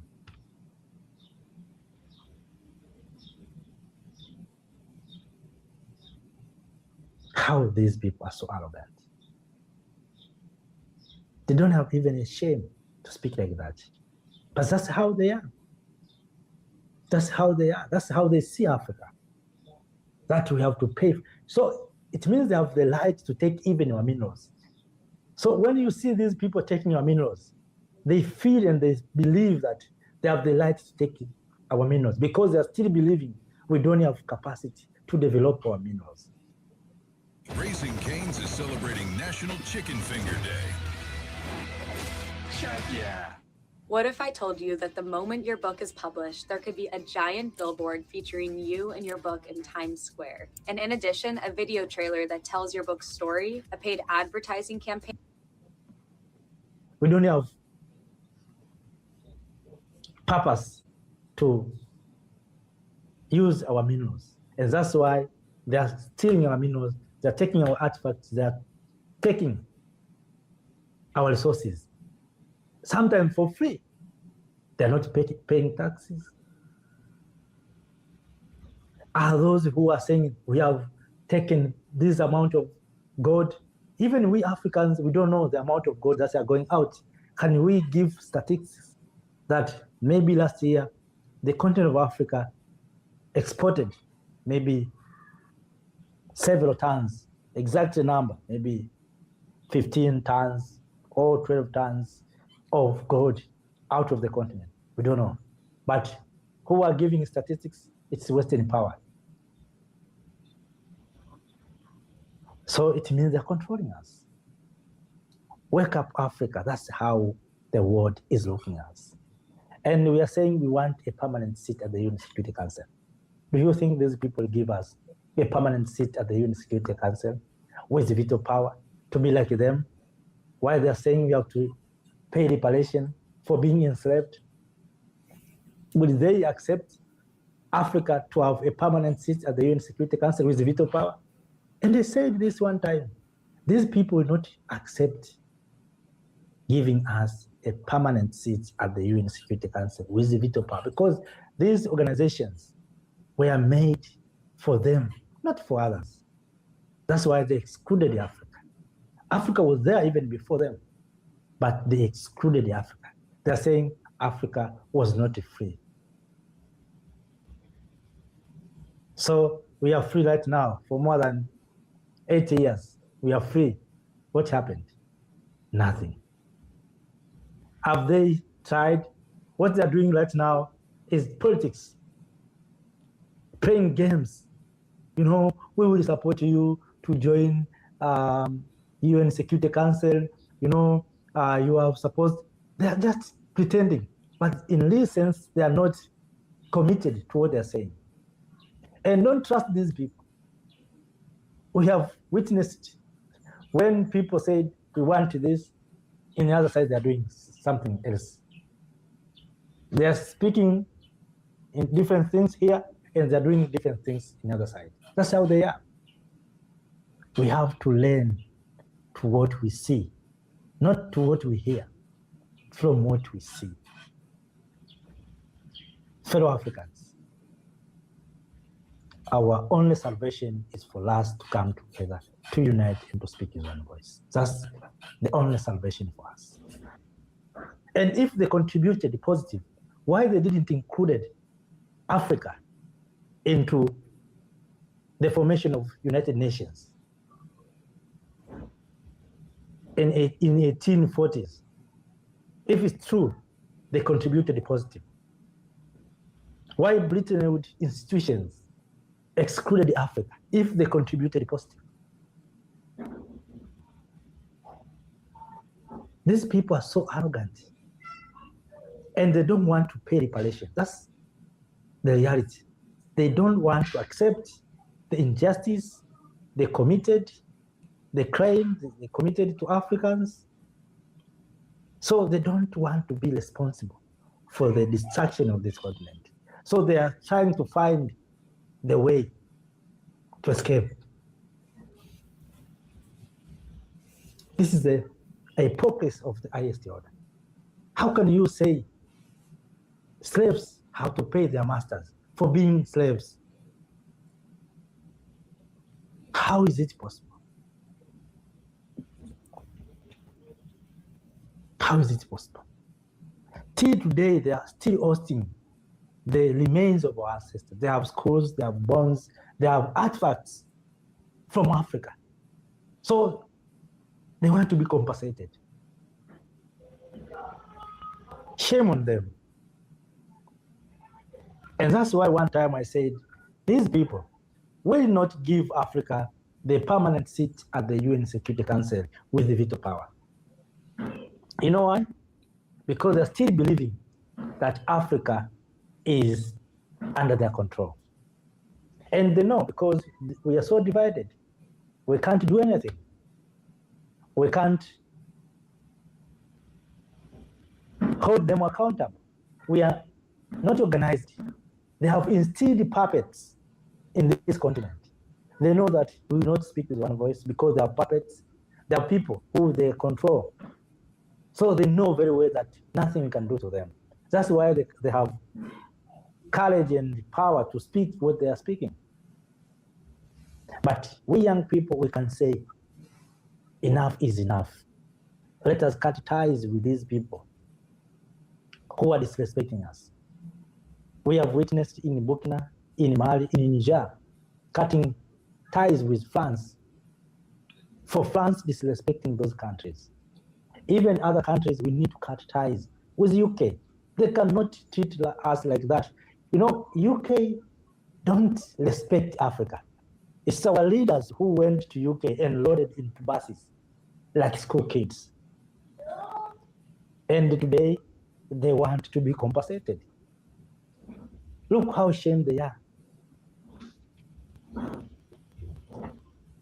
The only way for Africa to be respected is for we Africans to come together, to unite, to speak with one voice, and to cut ties with those who are disrespecting us. I know it is difficult to take such kind of decisions because some of our leaders are being instilled by these people. Behind of some of our leaders, these people are behind them.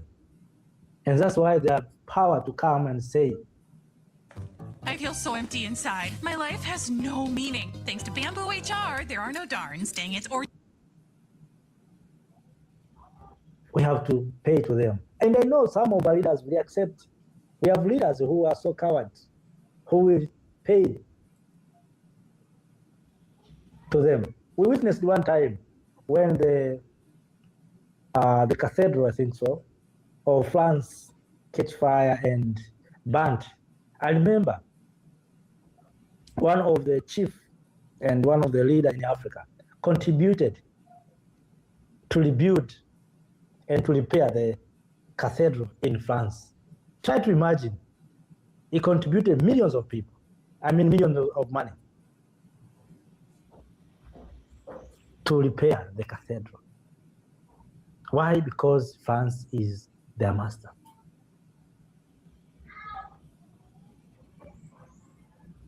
So we have leaders who we accept. If these people say pay reparation for being colonized, we have leaders who are so cowards, who are being instilled to serve the interests of the Western powers. But I'm saying the only solution for we Africans to be respected is for Africans to come together, uniting and speak with one voice. Yes, some are being paid, some are being in their payroll. They know that they are controlling us, but majority of us, if we can come together and say enough is enough.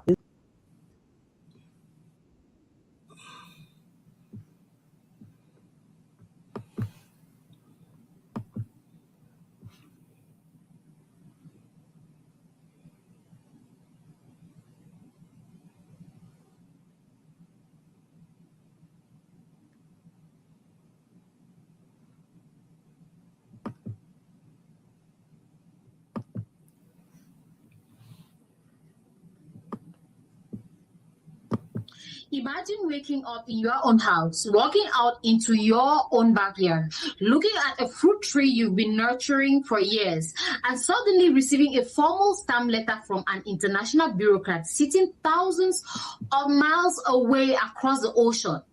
Now, imagine that letter explicitly commanding you, under the threat of global penalties, that you are legally forbidden from eating, picking, or selling your own fruit. It sounds like an absolute comedy parody, doesn't it? A complete joke. But this is exactly the surreal theater playing out on the international stage right now. Welcome back to the table, and an incredibly warm welcome to the entire Power and Pulse family. If you are checking in for the first time, drop your bags at the door, smash that subscribe button, and join the community that looks past the sanitized corporate media filters to examine the raw, beating heart of continental self-determination. If you've been running with us from day one, you already know we don't do scripted establishment talkings here. We pull back the curtain on global power, and tonight a literal geopolitical earthquake has just rattled the foundations of the global financial matrix. In a ruling that has completely stunned international observers, the World Bank's International Center for Settlement of Investment Disputes, a tribunal quietly operating out of Washington, D.C., has officially ordered the Republic of Niger to completely freeze the sale of its own uranium. Let that sink in. A banking tribunal in America is telling a sovereign African state what it can and cannot do with the raw wealth embedded inside its own native earth. We are talking about the critical fuel mined from the recently nationalized Somalia oil fields, the literal energy lifelines that has kept the lights on in Europe's major economies for over 40 consecutive years. But the Western planners who drafted this legal ambush forgot to calculate one vital factor. They forgot that the man currently sitting in the State House in Niamey is built entirely different. I am talking about General Abdurrahman Chiani. Look at that high and mighty legal directive from Washington, shrugged his shoulders, and casually dismissed the entire global verdict on a complete non-event, right? Chiani didn't stutter. Oh, no, he didn't. He made it completely plain. Niger and Niger alone will decide the ultimate destiny of its own natural inheritance. Not Paris, not Washington, and certainly not some panel of corporate lawyers sitting in a glossy conference room in the United States. This is Paytime Solutions. Yes, hi. Please continue to hold. At Extensus HR, all your HR needs live in one place. Real people who pick up the phone on the first ring. Extensus HR. We put the human back in human resources. I'm your mother's friend with benefits. Benefits? Benefits. Benefits? Benefits. Yeah, benefits. With the Credit One Bank. This isn't some minor dry regulatory dispute over contract clauses. Make no mistakes about it. This is a frontline economic war over absolute territorial autonomy, resource command, and the future of Africa's collective wealth. On paper, the World Bank tries to make this ruling look completely routine and procedural. They want you to believe it's just a standard legal dispute over investment protections and old corporate agreements with the French state-backed nuclear giant Orano. But out here in the real world, this is a calculated, coordinated international blockade designed to choke the economic independence of a nation that dared to say no more. For nearly half a century, this priceless oil left the soil of Niger at absolute bargain basement prices under highly exploitative contracts written up in European boardrooms. It was a beautiful arrangement for the global north. Raw energy flowed out seamlessly, while the local villages surrounding these multi-billion-dollar mining operations remained completely dark at night, lacking basic electricity. But when the transitional administration took control, they tore up the old colonial playbook. In a move that sent absolute panic through Western capitals, Chiani's administration nationalized the operations entirely. For the first time in modern history, Niamey stood up and declared that this strategic asset belongs exclusively to the population of Niger. And how did France react to this sudden loss of their favorite checkout lane? Oh, the comedy writes itself. Within mere months of nationalization, multi-mega reactors across the French nuclear grid suddenly started shutting down or dropping their power outputs. And what was the official highly scientific explanation given to the public? They told the world that swarms of jellyfish had somehow drifted into the coastal waters and completely clogged up the water intake valves of the maritime nuclear plants. I mean, you literally cannot make this stuff up. 4 months have rolled by, and we are honestly supposed to believe that these legendary, highly organized geopolitical jellyfish are still holding the entire French energy grid hostage? Or is it the sudden painful absence of cheap Nigerian uranium that is actually jamming up Europe's nuclear future? Let's be entirely real here. The desperate World Bank intervention pulls back the curtain on the grand illusion of global development. It exposes the ultimate underlying truth of who actually needs who. Western economic dominance was built entirely on a foundation of artificially cheap raw materials extracted from our continent, while nations like Niger were systematically kept as some of the most impoverished regions on the planet. But the old parasitic model is actively fracturing right before our eyes. Consider the raw data on the board. Chinese Niger has managed to survive, right? Adapt and run its state affairs for over 3 years without a single euro of direct French budgetary assistance or validation. But France, after only a handful of months without unhindered exploitative access to the Sommet mines, their domestic energy infrastructure is openly faltering. This isn't academic theory anymore. This is raw economic leverage. And for the first time since the flags of independence were raised across West Africa, that leverage is sitting firmly on our side of the table. Ask yourself this critical question before we go any further. If Niger completely blocks down its borders and refuses to sell another single gram of uranium to France tomorrow, who actually loses more? A nation used to living dynamically on its own international agriculture, or a hyper-industrialized European state whose every flickering city light, metro line, and household appliance relies directly on Sahelian nuclear fuel? The answer is written in the mounting panic of the international markets. General Chiani has made his position crystal clear. The tribunal's verdict can say whatever it wants. Okay, it is an absolute non-event on the ground. Niger will continue to export its minerals, but it will do so to strategic partners of its own independent choosing, at premium prices of its own independent choosing as well. So, no foreign court is going to issue orders to a free people on how to utilize their ancestral property. This structural clash isn't just about one single landlocked country. It is the defining story of our entire continent. Gold, cobalt, crude oil, natural gas, trillions of dollars of wealth systematically flowing away from our communities under colonial era arrangements, leaving local infrastructures completely lagging behind. This is exactly why Niger joined forces with Burkina Faso and Mali to create the Alliance of the Sahel States. This pact has transformed from one simple security agreement into a roaring continental movement for total regional emancipation. And together, this revolutionary bloc is sending a unified message to the old world order. No more lopsided. The joy of traveling well is feeling at home. The predatory contracts. No more foreign military installations operating without legal accountability. No more living like a second-class tenant on your own ancestral land.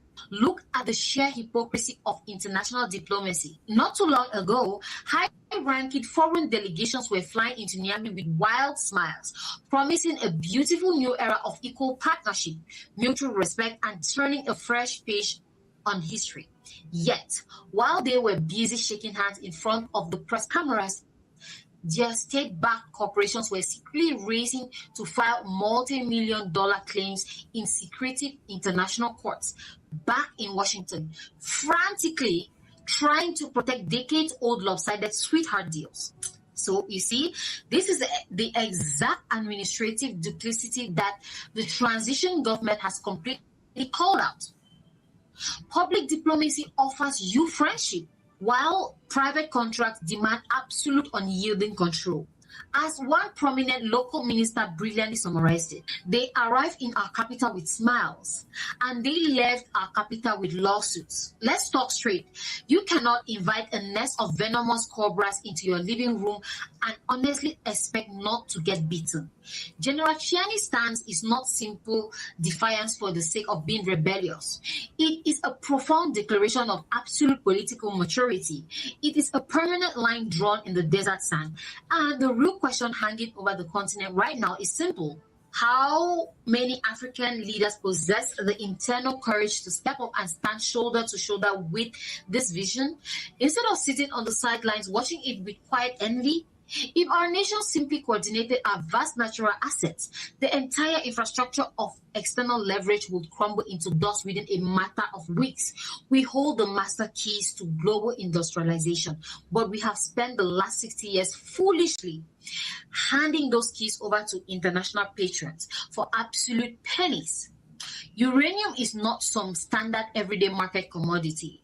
It is the literal heartbeat of the entire French state infrastructure, generating over 70% of their national electricity. So, without secure, predictable access to Sahelian uranium, their entire domestic nuclear model is completely exposed. For generations, the colonial contract was completely lopsided. The foreign entities looked the raw fuel, generated trillions in manufacturing profits, and left the local communities to host the radioactive mining waste. Under the current leadership in Niamey, that equation is being systematically rewritten. Energy analysts across Western Europe are now openly admitting what they used to whisper in secret. Their industrial stockpiles are climbing down. Global mineral prices are surging, and alternative suppliers like Kazakhstan or Australia simply cannot match the high-grade volumes of the Sahel overnight. So, this is exactly why they rushed to the World Bank Court with such frantic speed. This isn't about legal technicalities. It's an existential battle for their own industrial survival. But if a major international power genuinely needs African minerals to maintain its basic civilization, why on earth should African citizens sell it for absolute crumbs? The narrative paradigm of this continent has fundamentally shifted, and there is absolutely no turning back the clock. The era of bowing down to overseas tribunals and allow external entities to dictate our economic destiny is facing a total spectacular collapse. We are documenting the blueprint of an entirely new, self-governed African future right here on this platform. So if you are completely done with the old compromised political elite who know how to beg but don't know how to build, and if you want to support independent, raw, unfiltered media that brings you the truth without a single ounce of corporate filtering, then you need to lock yourself into this channel right now by smashing that subscribe button, hit the like button, share this documentary. You are the absolute lifeblood, the energy, the unyielding strength behind Power and Pulse.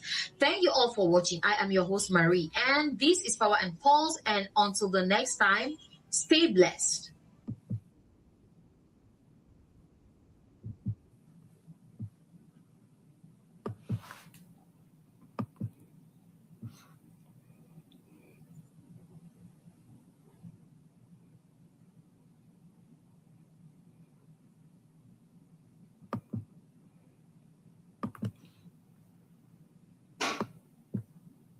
By now, you have heard and are still hearing all about the birthright citizenship decision that came down from the Supreme Court that basically struck down an executive order of President Donald Trump, basically saying that birthright citizenship.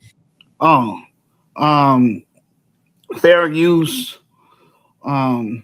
African Diaspora News Channel.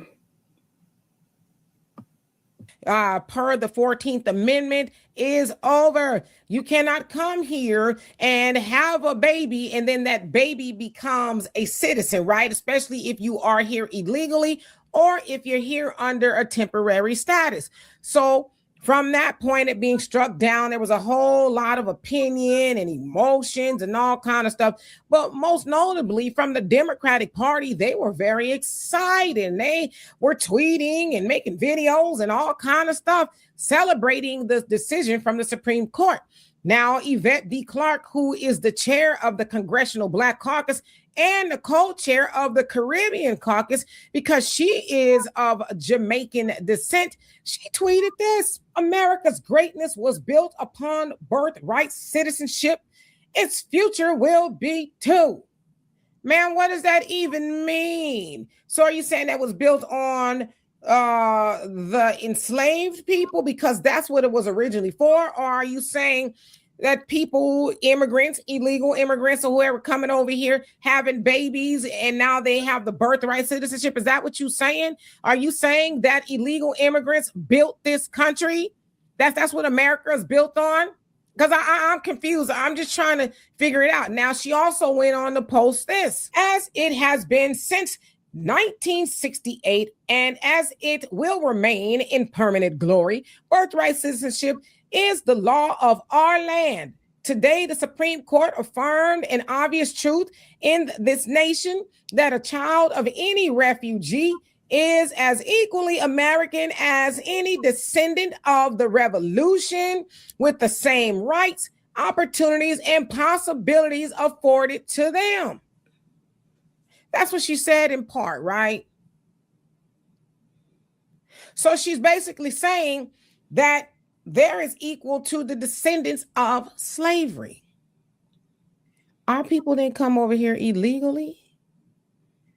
We didn't come over here on our own free will. Our people were forced on those plantations, and it was fought for, as Donald Trump loosely says, the babies of slaves, to say, hey, okay, yeah, we're going to give y'all citizenship. Y'all are free. You're not owned per se. You're now, free to be a citizen. So are your children, and so on and so forth, which is how I'm a citizen, because I'm a descendant of slavery. But there is Yvette D. Clarke, the chair of the Congressional Black Caucus, saying that the people who came over here legally and had children, they're equal to us and they deserve all the things that we get. I want to keep repeating that to you. She is the chair of the Congressional Black Caucus, which means that they were supposed to, right? Now, I know some of the founders weren't Black American, like Shirley Chisholm, but there she is, championing illegal immigration and the behavior and the things that they do. They come over here and have children illegally, and she's saying they're equal and they should get all the stuff that you should get. But she ain't the first person we heard say that. A lot of them have said that, right? Like Pamelia Jayapal, the congresswoman from Washington State.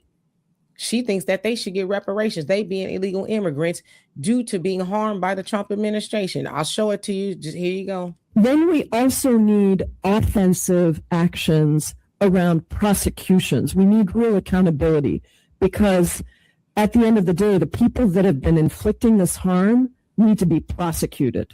They need to be brought before us, and they need to be held account for the trauma that they have created, and we are going to have some form of reparation. As you saw there, I'm going to keep showing that to y'all, because like I said, a lot of y'all ain't mad enough about that for me, that this lady said that illegal immigrants should get reparations because they were harmed by ICE. Never mind Black American descendants of slavery who was harmed by America. Never mind that, right? And guess what? Some of y'all gonna go out there and vote for that, but I'll hold off on that in just a minute. Then there's another tweet by another congresswoman. This is what she said: I am the proud daughter of Guatemalan immigrants. I am a proud, quote unquote, anchor baby, and I am an American. So that was Delia Ramirez. And I saw her. She was talking about how her mother came over here pregnant and had her. Her mother came over here illegally and had her. And that's why you heard, these are her words. Those aren't mine. She says she is a proud anchor baby. And so she is a congresswoman who has the ability to legislate and make rules and laws and things like that will favor illegal immigration. And we know that the Democratic Party, they are pro illegal immigrant and con Black Americans, right? And really anybody in America, but especially Black Americans, their most loyal group of voters. They are championing illegal immigration and are proud and hijacking the things that was meant for us and bragging about they mamas coming over here, having them here illegally. And now they sit up in Congress. Ain't that something? But you know what?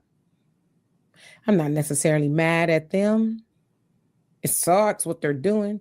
I'm mad at you. Yeah, I'm you. If you keep voting for the Democratic Party, and listen, I'm not telling you to vote for the Republicans. I'm just telling you for the party you do vote for. And if you don't vote for them, then you can still listen. But I'm talking to you. These people are unapologetic about what they are doing and are trying to do to this country. They are unapologetic about the benign neglect of Black Americans. They're doing it in your face. They're not even hiding it anymore. They're telling you we want to give the illegal immigrants everything. Give it to them all. Brand new socks and drawers, which you don't get, and you gonna go vote for that. You know why? Because you silly, and I'm trying to be austere. You silly. You allow people to guilt you into, Trump's a boogeyman. Yeah, he all that, okay? But you let the Democrats guilt you into voting for more of nothing for yourself. Dr. Claude Anderson warned us. Watch this. Have an unending influx of immigrants into the country. And that's what Dr. Price is talking about. And nobody, no Black politician, no Black organization wants to deal with that issue. They will avoid it at all costs, even though in their hearts they know that's one of the biggest problems for Black folk. We anticipate in the next 10 to 12 years, approximately 8 to 6 million Hispanics coming into the United States and 41 million Asians. You have been the majority minority for 400 years in this country. You have been the number 2 population for 400 years. You're going to get kicked out of being number 2. You're going to go down and become number 4. Now, common sense, even a third grade education would tell you, if you didn't get anything when you were number 2,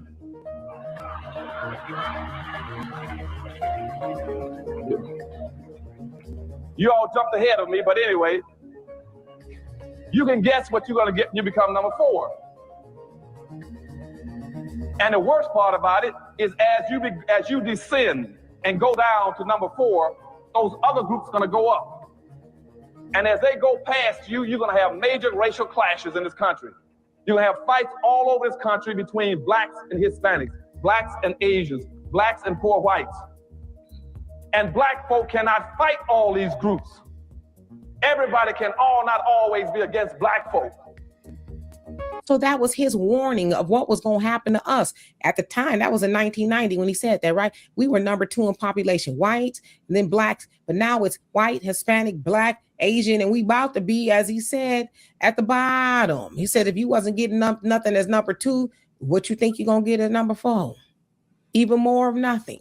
And here you are continuing to vote for the same old benign neglect and watching these people play in your face. And then you know what? Some of y'all gonna get in this comment section and crash out and be mad at me for trying to enlighten you as to why are you voting for a group of people who do not vote for you? Why do you do that? Right? Now, ultimately, we should vote for self by practicing group economics, accepting our own and being ourselves, right? Do for self, circulate our dollars more than 6 hours in our community, build up. That's the ultimate vote. But I'm saying that you are still voting for a party that will do for everybody else and nothing for you. You got to own some of that. Some of that is on you that you do that. You can't keep ripping the Band-Aid off. And hell, Black Americans ain't never got no Band-Aid, right? But if we do get one, you can't keep ripping it off time. Ow, I'm bleeding. Can somebody get me a Band-Aid? No, because you keep doing it to yourself. But keep on voting like that. Keep on voting for them people who are laugh and dance and celebrate illegals coming over here and having babies and then getting the resources that you are being told you can't have. You keep doing that.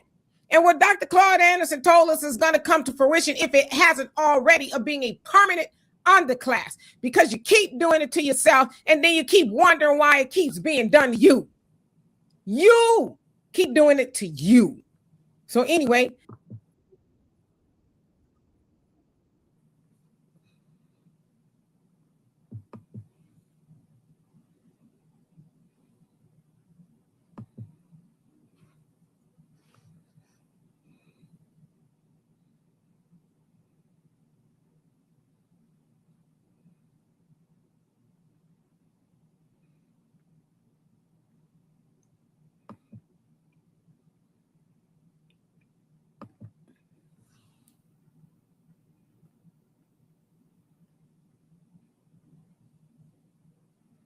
U.S. ambassador to South Africa has hosted.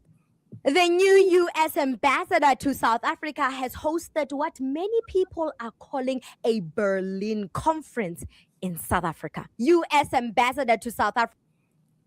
My bad. Fair Use ADAC. That's the diaspora, African Diaspora News Channel.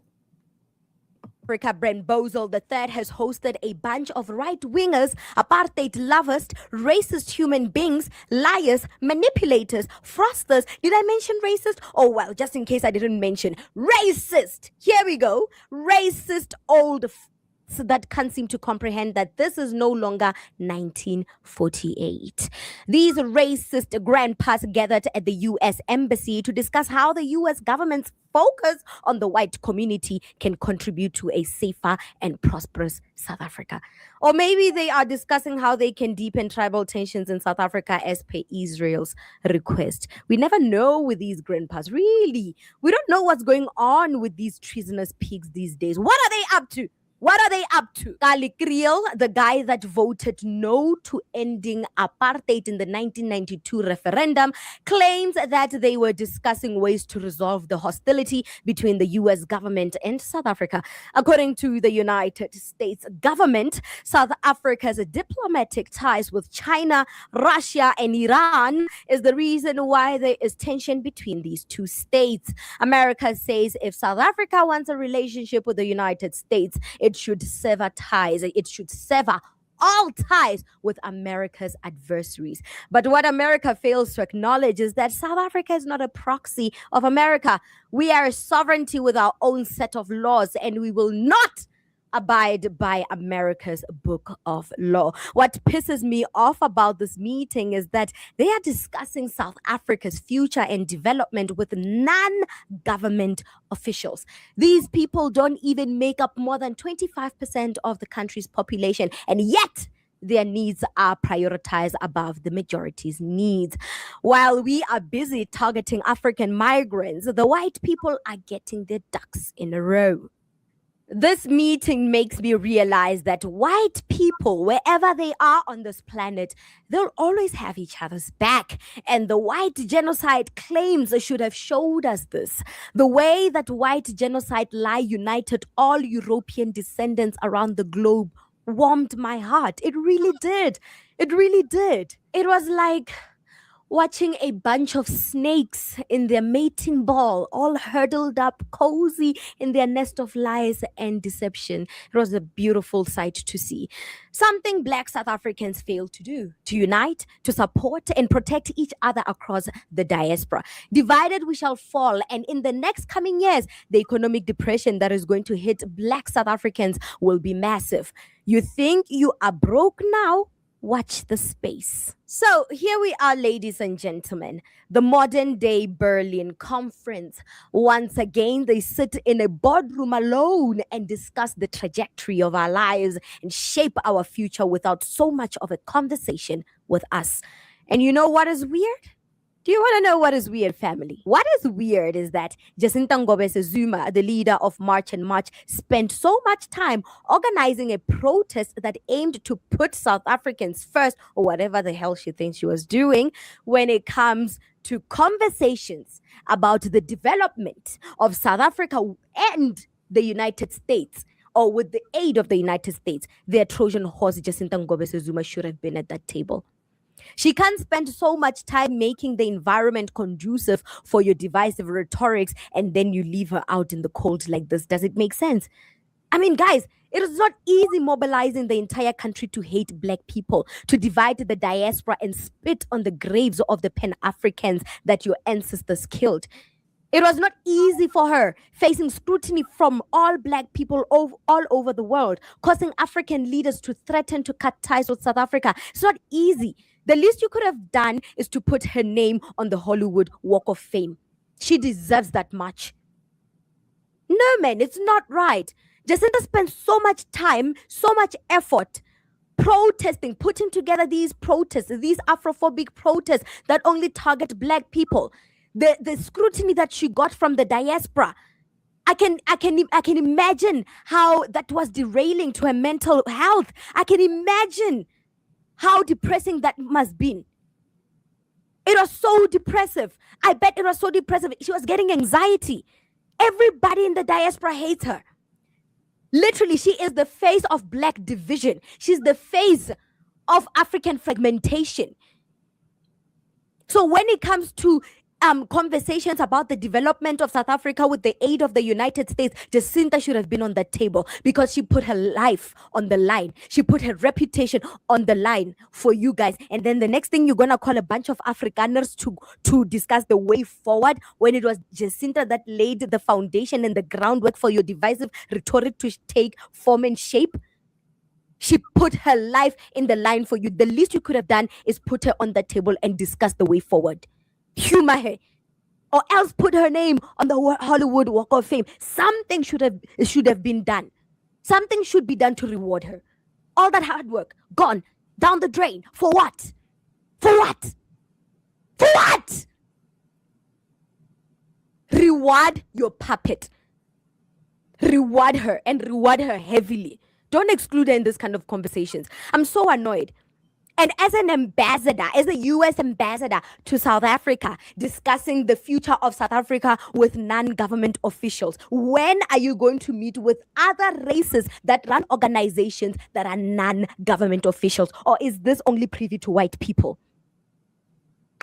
I hate Brent Bozell III. This is someone that also supported apartheid from the United States. This is someone that pressured the Reagan administration to not end apartheid, to not support Nelson Mandela in his quest to end apartheid. That mobilized the Reagan administration, the Bush administration, that also mobilized Margaret Thatcher, the former Prime Minister of the UK, mobilized them to put Nelson Mandela on the terrorist list. Yeah. This is Brent Bozell, and today he's been awarded as our ambassador, rubbing salt to our wound, laughing in our faces. He's been rewarded the highest diplomatic role. No. This is a dog eat dog world. You only survive in this world if you're evil enough. And we've seen how people from Epstein Island are evil and how they are heavily rewarded for their evilness. I swear to God, these people are not people. These are fallen angels. Anyway, what do you think about this segment? Comment to us.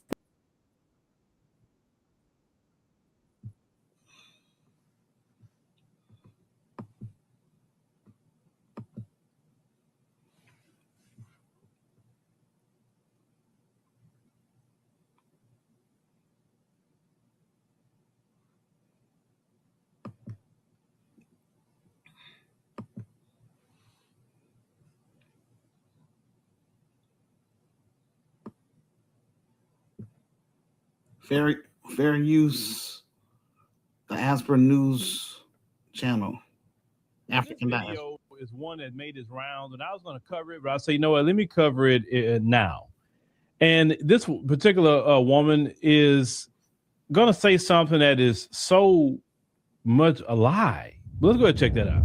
This is the time for all of us to raise our voices and to say this country is also our country, is also the country of our immigrants, because we are the one who built it. This will be enjoyed. The cries of Dr. Gerald Gabot, the Haitian immigrant in charge of the Immigrant Family Services Institute. She's reacting to the U.S. Supreme Court ruling. So, ma'am, you're saying that you, in your particular community, Haitian community, built America? Can you please show me the historical reference where you got that from? What do you mean you built it? What do you mean? I'm trying to figure that out. Even saying all these different immigrants built America, like you work jobs. And even in modern times, what are you actually building in modern times? I'm just trying to figure that out. I mean, you come in here to get jobs, okay?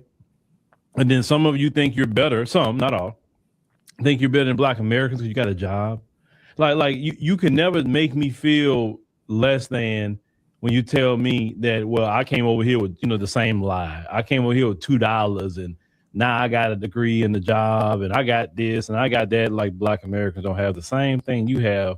And it's more of us have it because there's more of us in the country, right? But the reason why this, woman was upset because the Supreme Court gave Donald Trump the ability to end TPS for Haitian Syrians or anybody else that he wants to end TPS for. And as of July the 1st, the TPS ended for Haitians and Syrians. So if they catch them, they're going to deport them because they don't have a legal right to be inside the United States of America. Now, my thing, and I always want to keep saying with these stories, is that the Democrat Party screwed all of you immigrants. They did, because they told you to come over here. They gave you all these set-asides. They even made you feel like you were better than Black Americans. But that same Democrat Party, I told you before, is just as racist as the Republicans. Because you know what? They'll bring you here. They'll gas you up. They'll give you some money over Black Americans to annoy us at the same time. And then but the rubber meets the road, they don't want you here. They really don't. They just want you here temporarily to use you. Because if they really cared about you, they'd have made sure before Trump got in office that y'all were citizens. They'd have fast track all of you to citizenship. You'll need to act of Congress to fast track citizenship. That's underneath the executive branch. The president can say, hey, you know what? I'm doing executive order. All immigrants can get their citizenship. I'm fast tracking it. You have it done in 30 days. I'm lowering the fees. The president can do a whole lot of things when it comes to that. And he can make it more difficult too.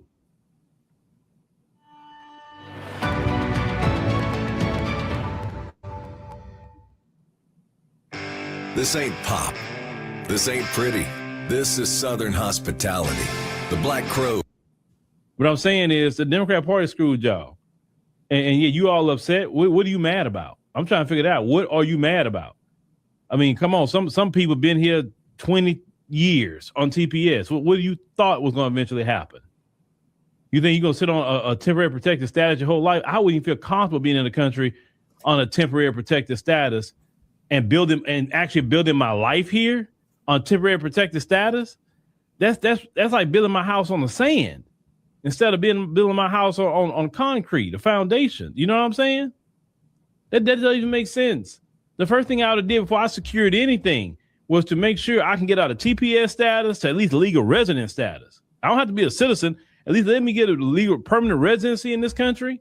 And that way I can work. I can actually build something. And then I work on my citizenship. That's exactly what I would have did. People talking about your degrees and your jobs. Well, shoot, use that money, work all overtime you can, and go pay lawyers and get your stuff taken care of. Why would you wait to somebody like Trump, get in office when you had Biden in office? Biden was your best shot to get all that done. And you didn't do it. You were just parlaying. That's why a lot of people say, I don't feel bad for you when ICE catch you, because you had all these, he's been here 30 years, 20 years you've been here. And out of all those years, you can say, you know what? Yeah, let me go ahead and take care of my stuff, because I don't know what may happen one day, because something could change in this country. The lesson learned should be, if anybody come here, hurry up and get you a legal right to be here. And I'm talking about permanent residency or naturalized citizen. Get one of them. Well, it costs so much money. It's going to cost you a whole lot more if they grab you, if ICE grabs you and deport you. If I'm on TPS, if I'm on any of those things, I'm working my butt off to get all the money. If the lawyer say it's going to cost X amount of thousand, okay, well, I'm living at work.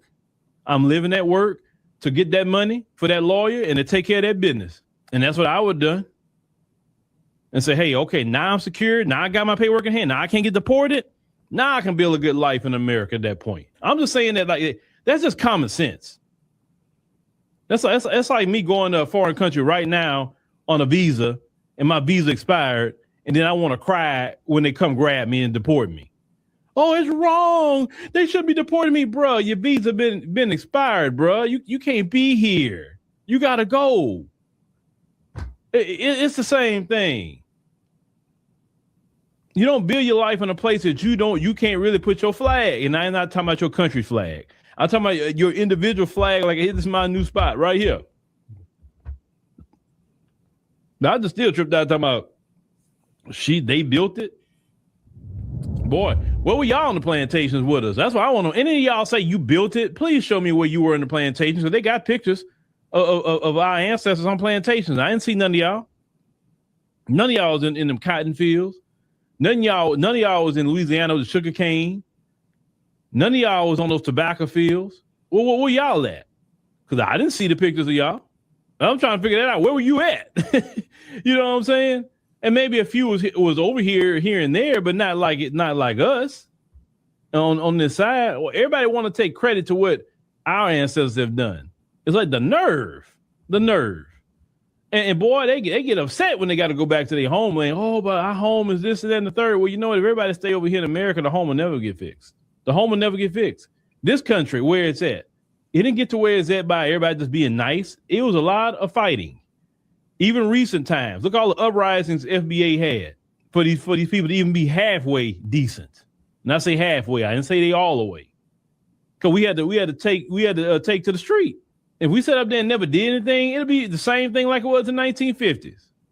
Sometimes you got to fight. Some people gonna lose their life. Some people gonna go to jail. Some people may not. But that's the cost of freedom. And a lot of these other groups don't want to fight for freedom in their homeland. They rather run away. It's just what it is. You can say whatever. I'm talking about what happened. You cannot help Haiti by being here. You can only help Haiti by being in Haiti. And sending money back, that doesn't help nobody. That doesn't make the whole Haiti good. Because there's a lot of immigrants that send money back to their homeland every day. And yet their countries isn't progressing. Why? Because sending money back doesn't fix anything. You know, they talk about a brain drain where the people that's smart need to go back to their places and help build that place up so that place could be a great place to live. That's just really what it is. But, you know, in this day and era, a lot of Black Americans saying, look, we don't take too kind to that lying about history and taking credit for my ancestors. You didn't build a thing over here. Now, what you did in Haiti, we would never speak on that. But here, no. Y'all didn't build nothing.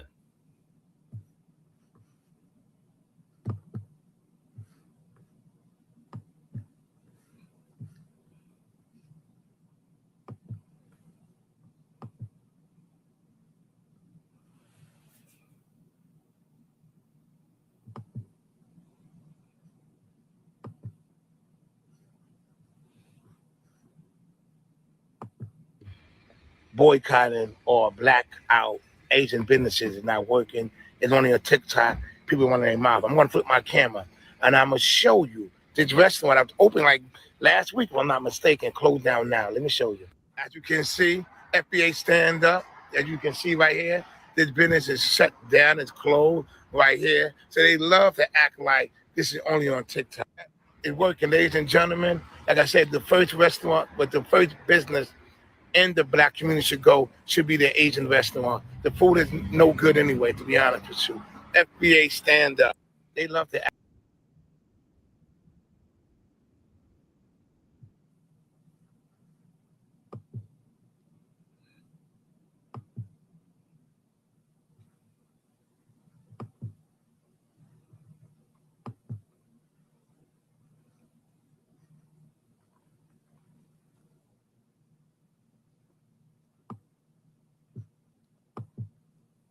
civilizational station of subordination and dependence.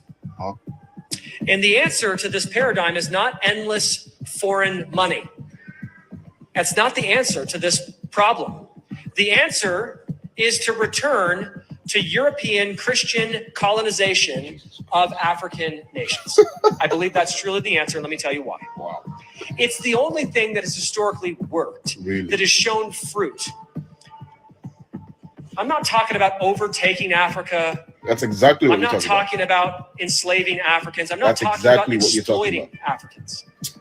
But I'm talking about establishing order, godly leadership, and carrying the gospel to their lands. In fact, the only times that African nations have seen significant and sustained civilizational improvement, and I'm talking about infant mortality rates going down, I'm talking murder going down, I'm talking disease going down, tribal wars ceasing.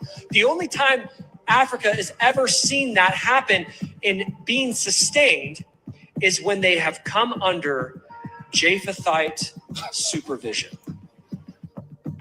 A so-called Christian pastor, yeah? MAGA Christianity is not real Christianity, okay? I keep saying that because it's true. What kind of nonsense is this?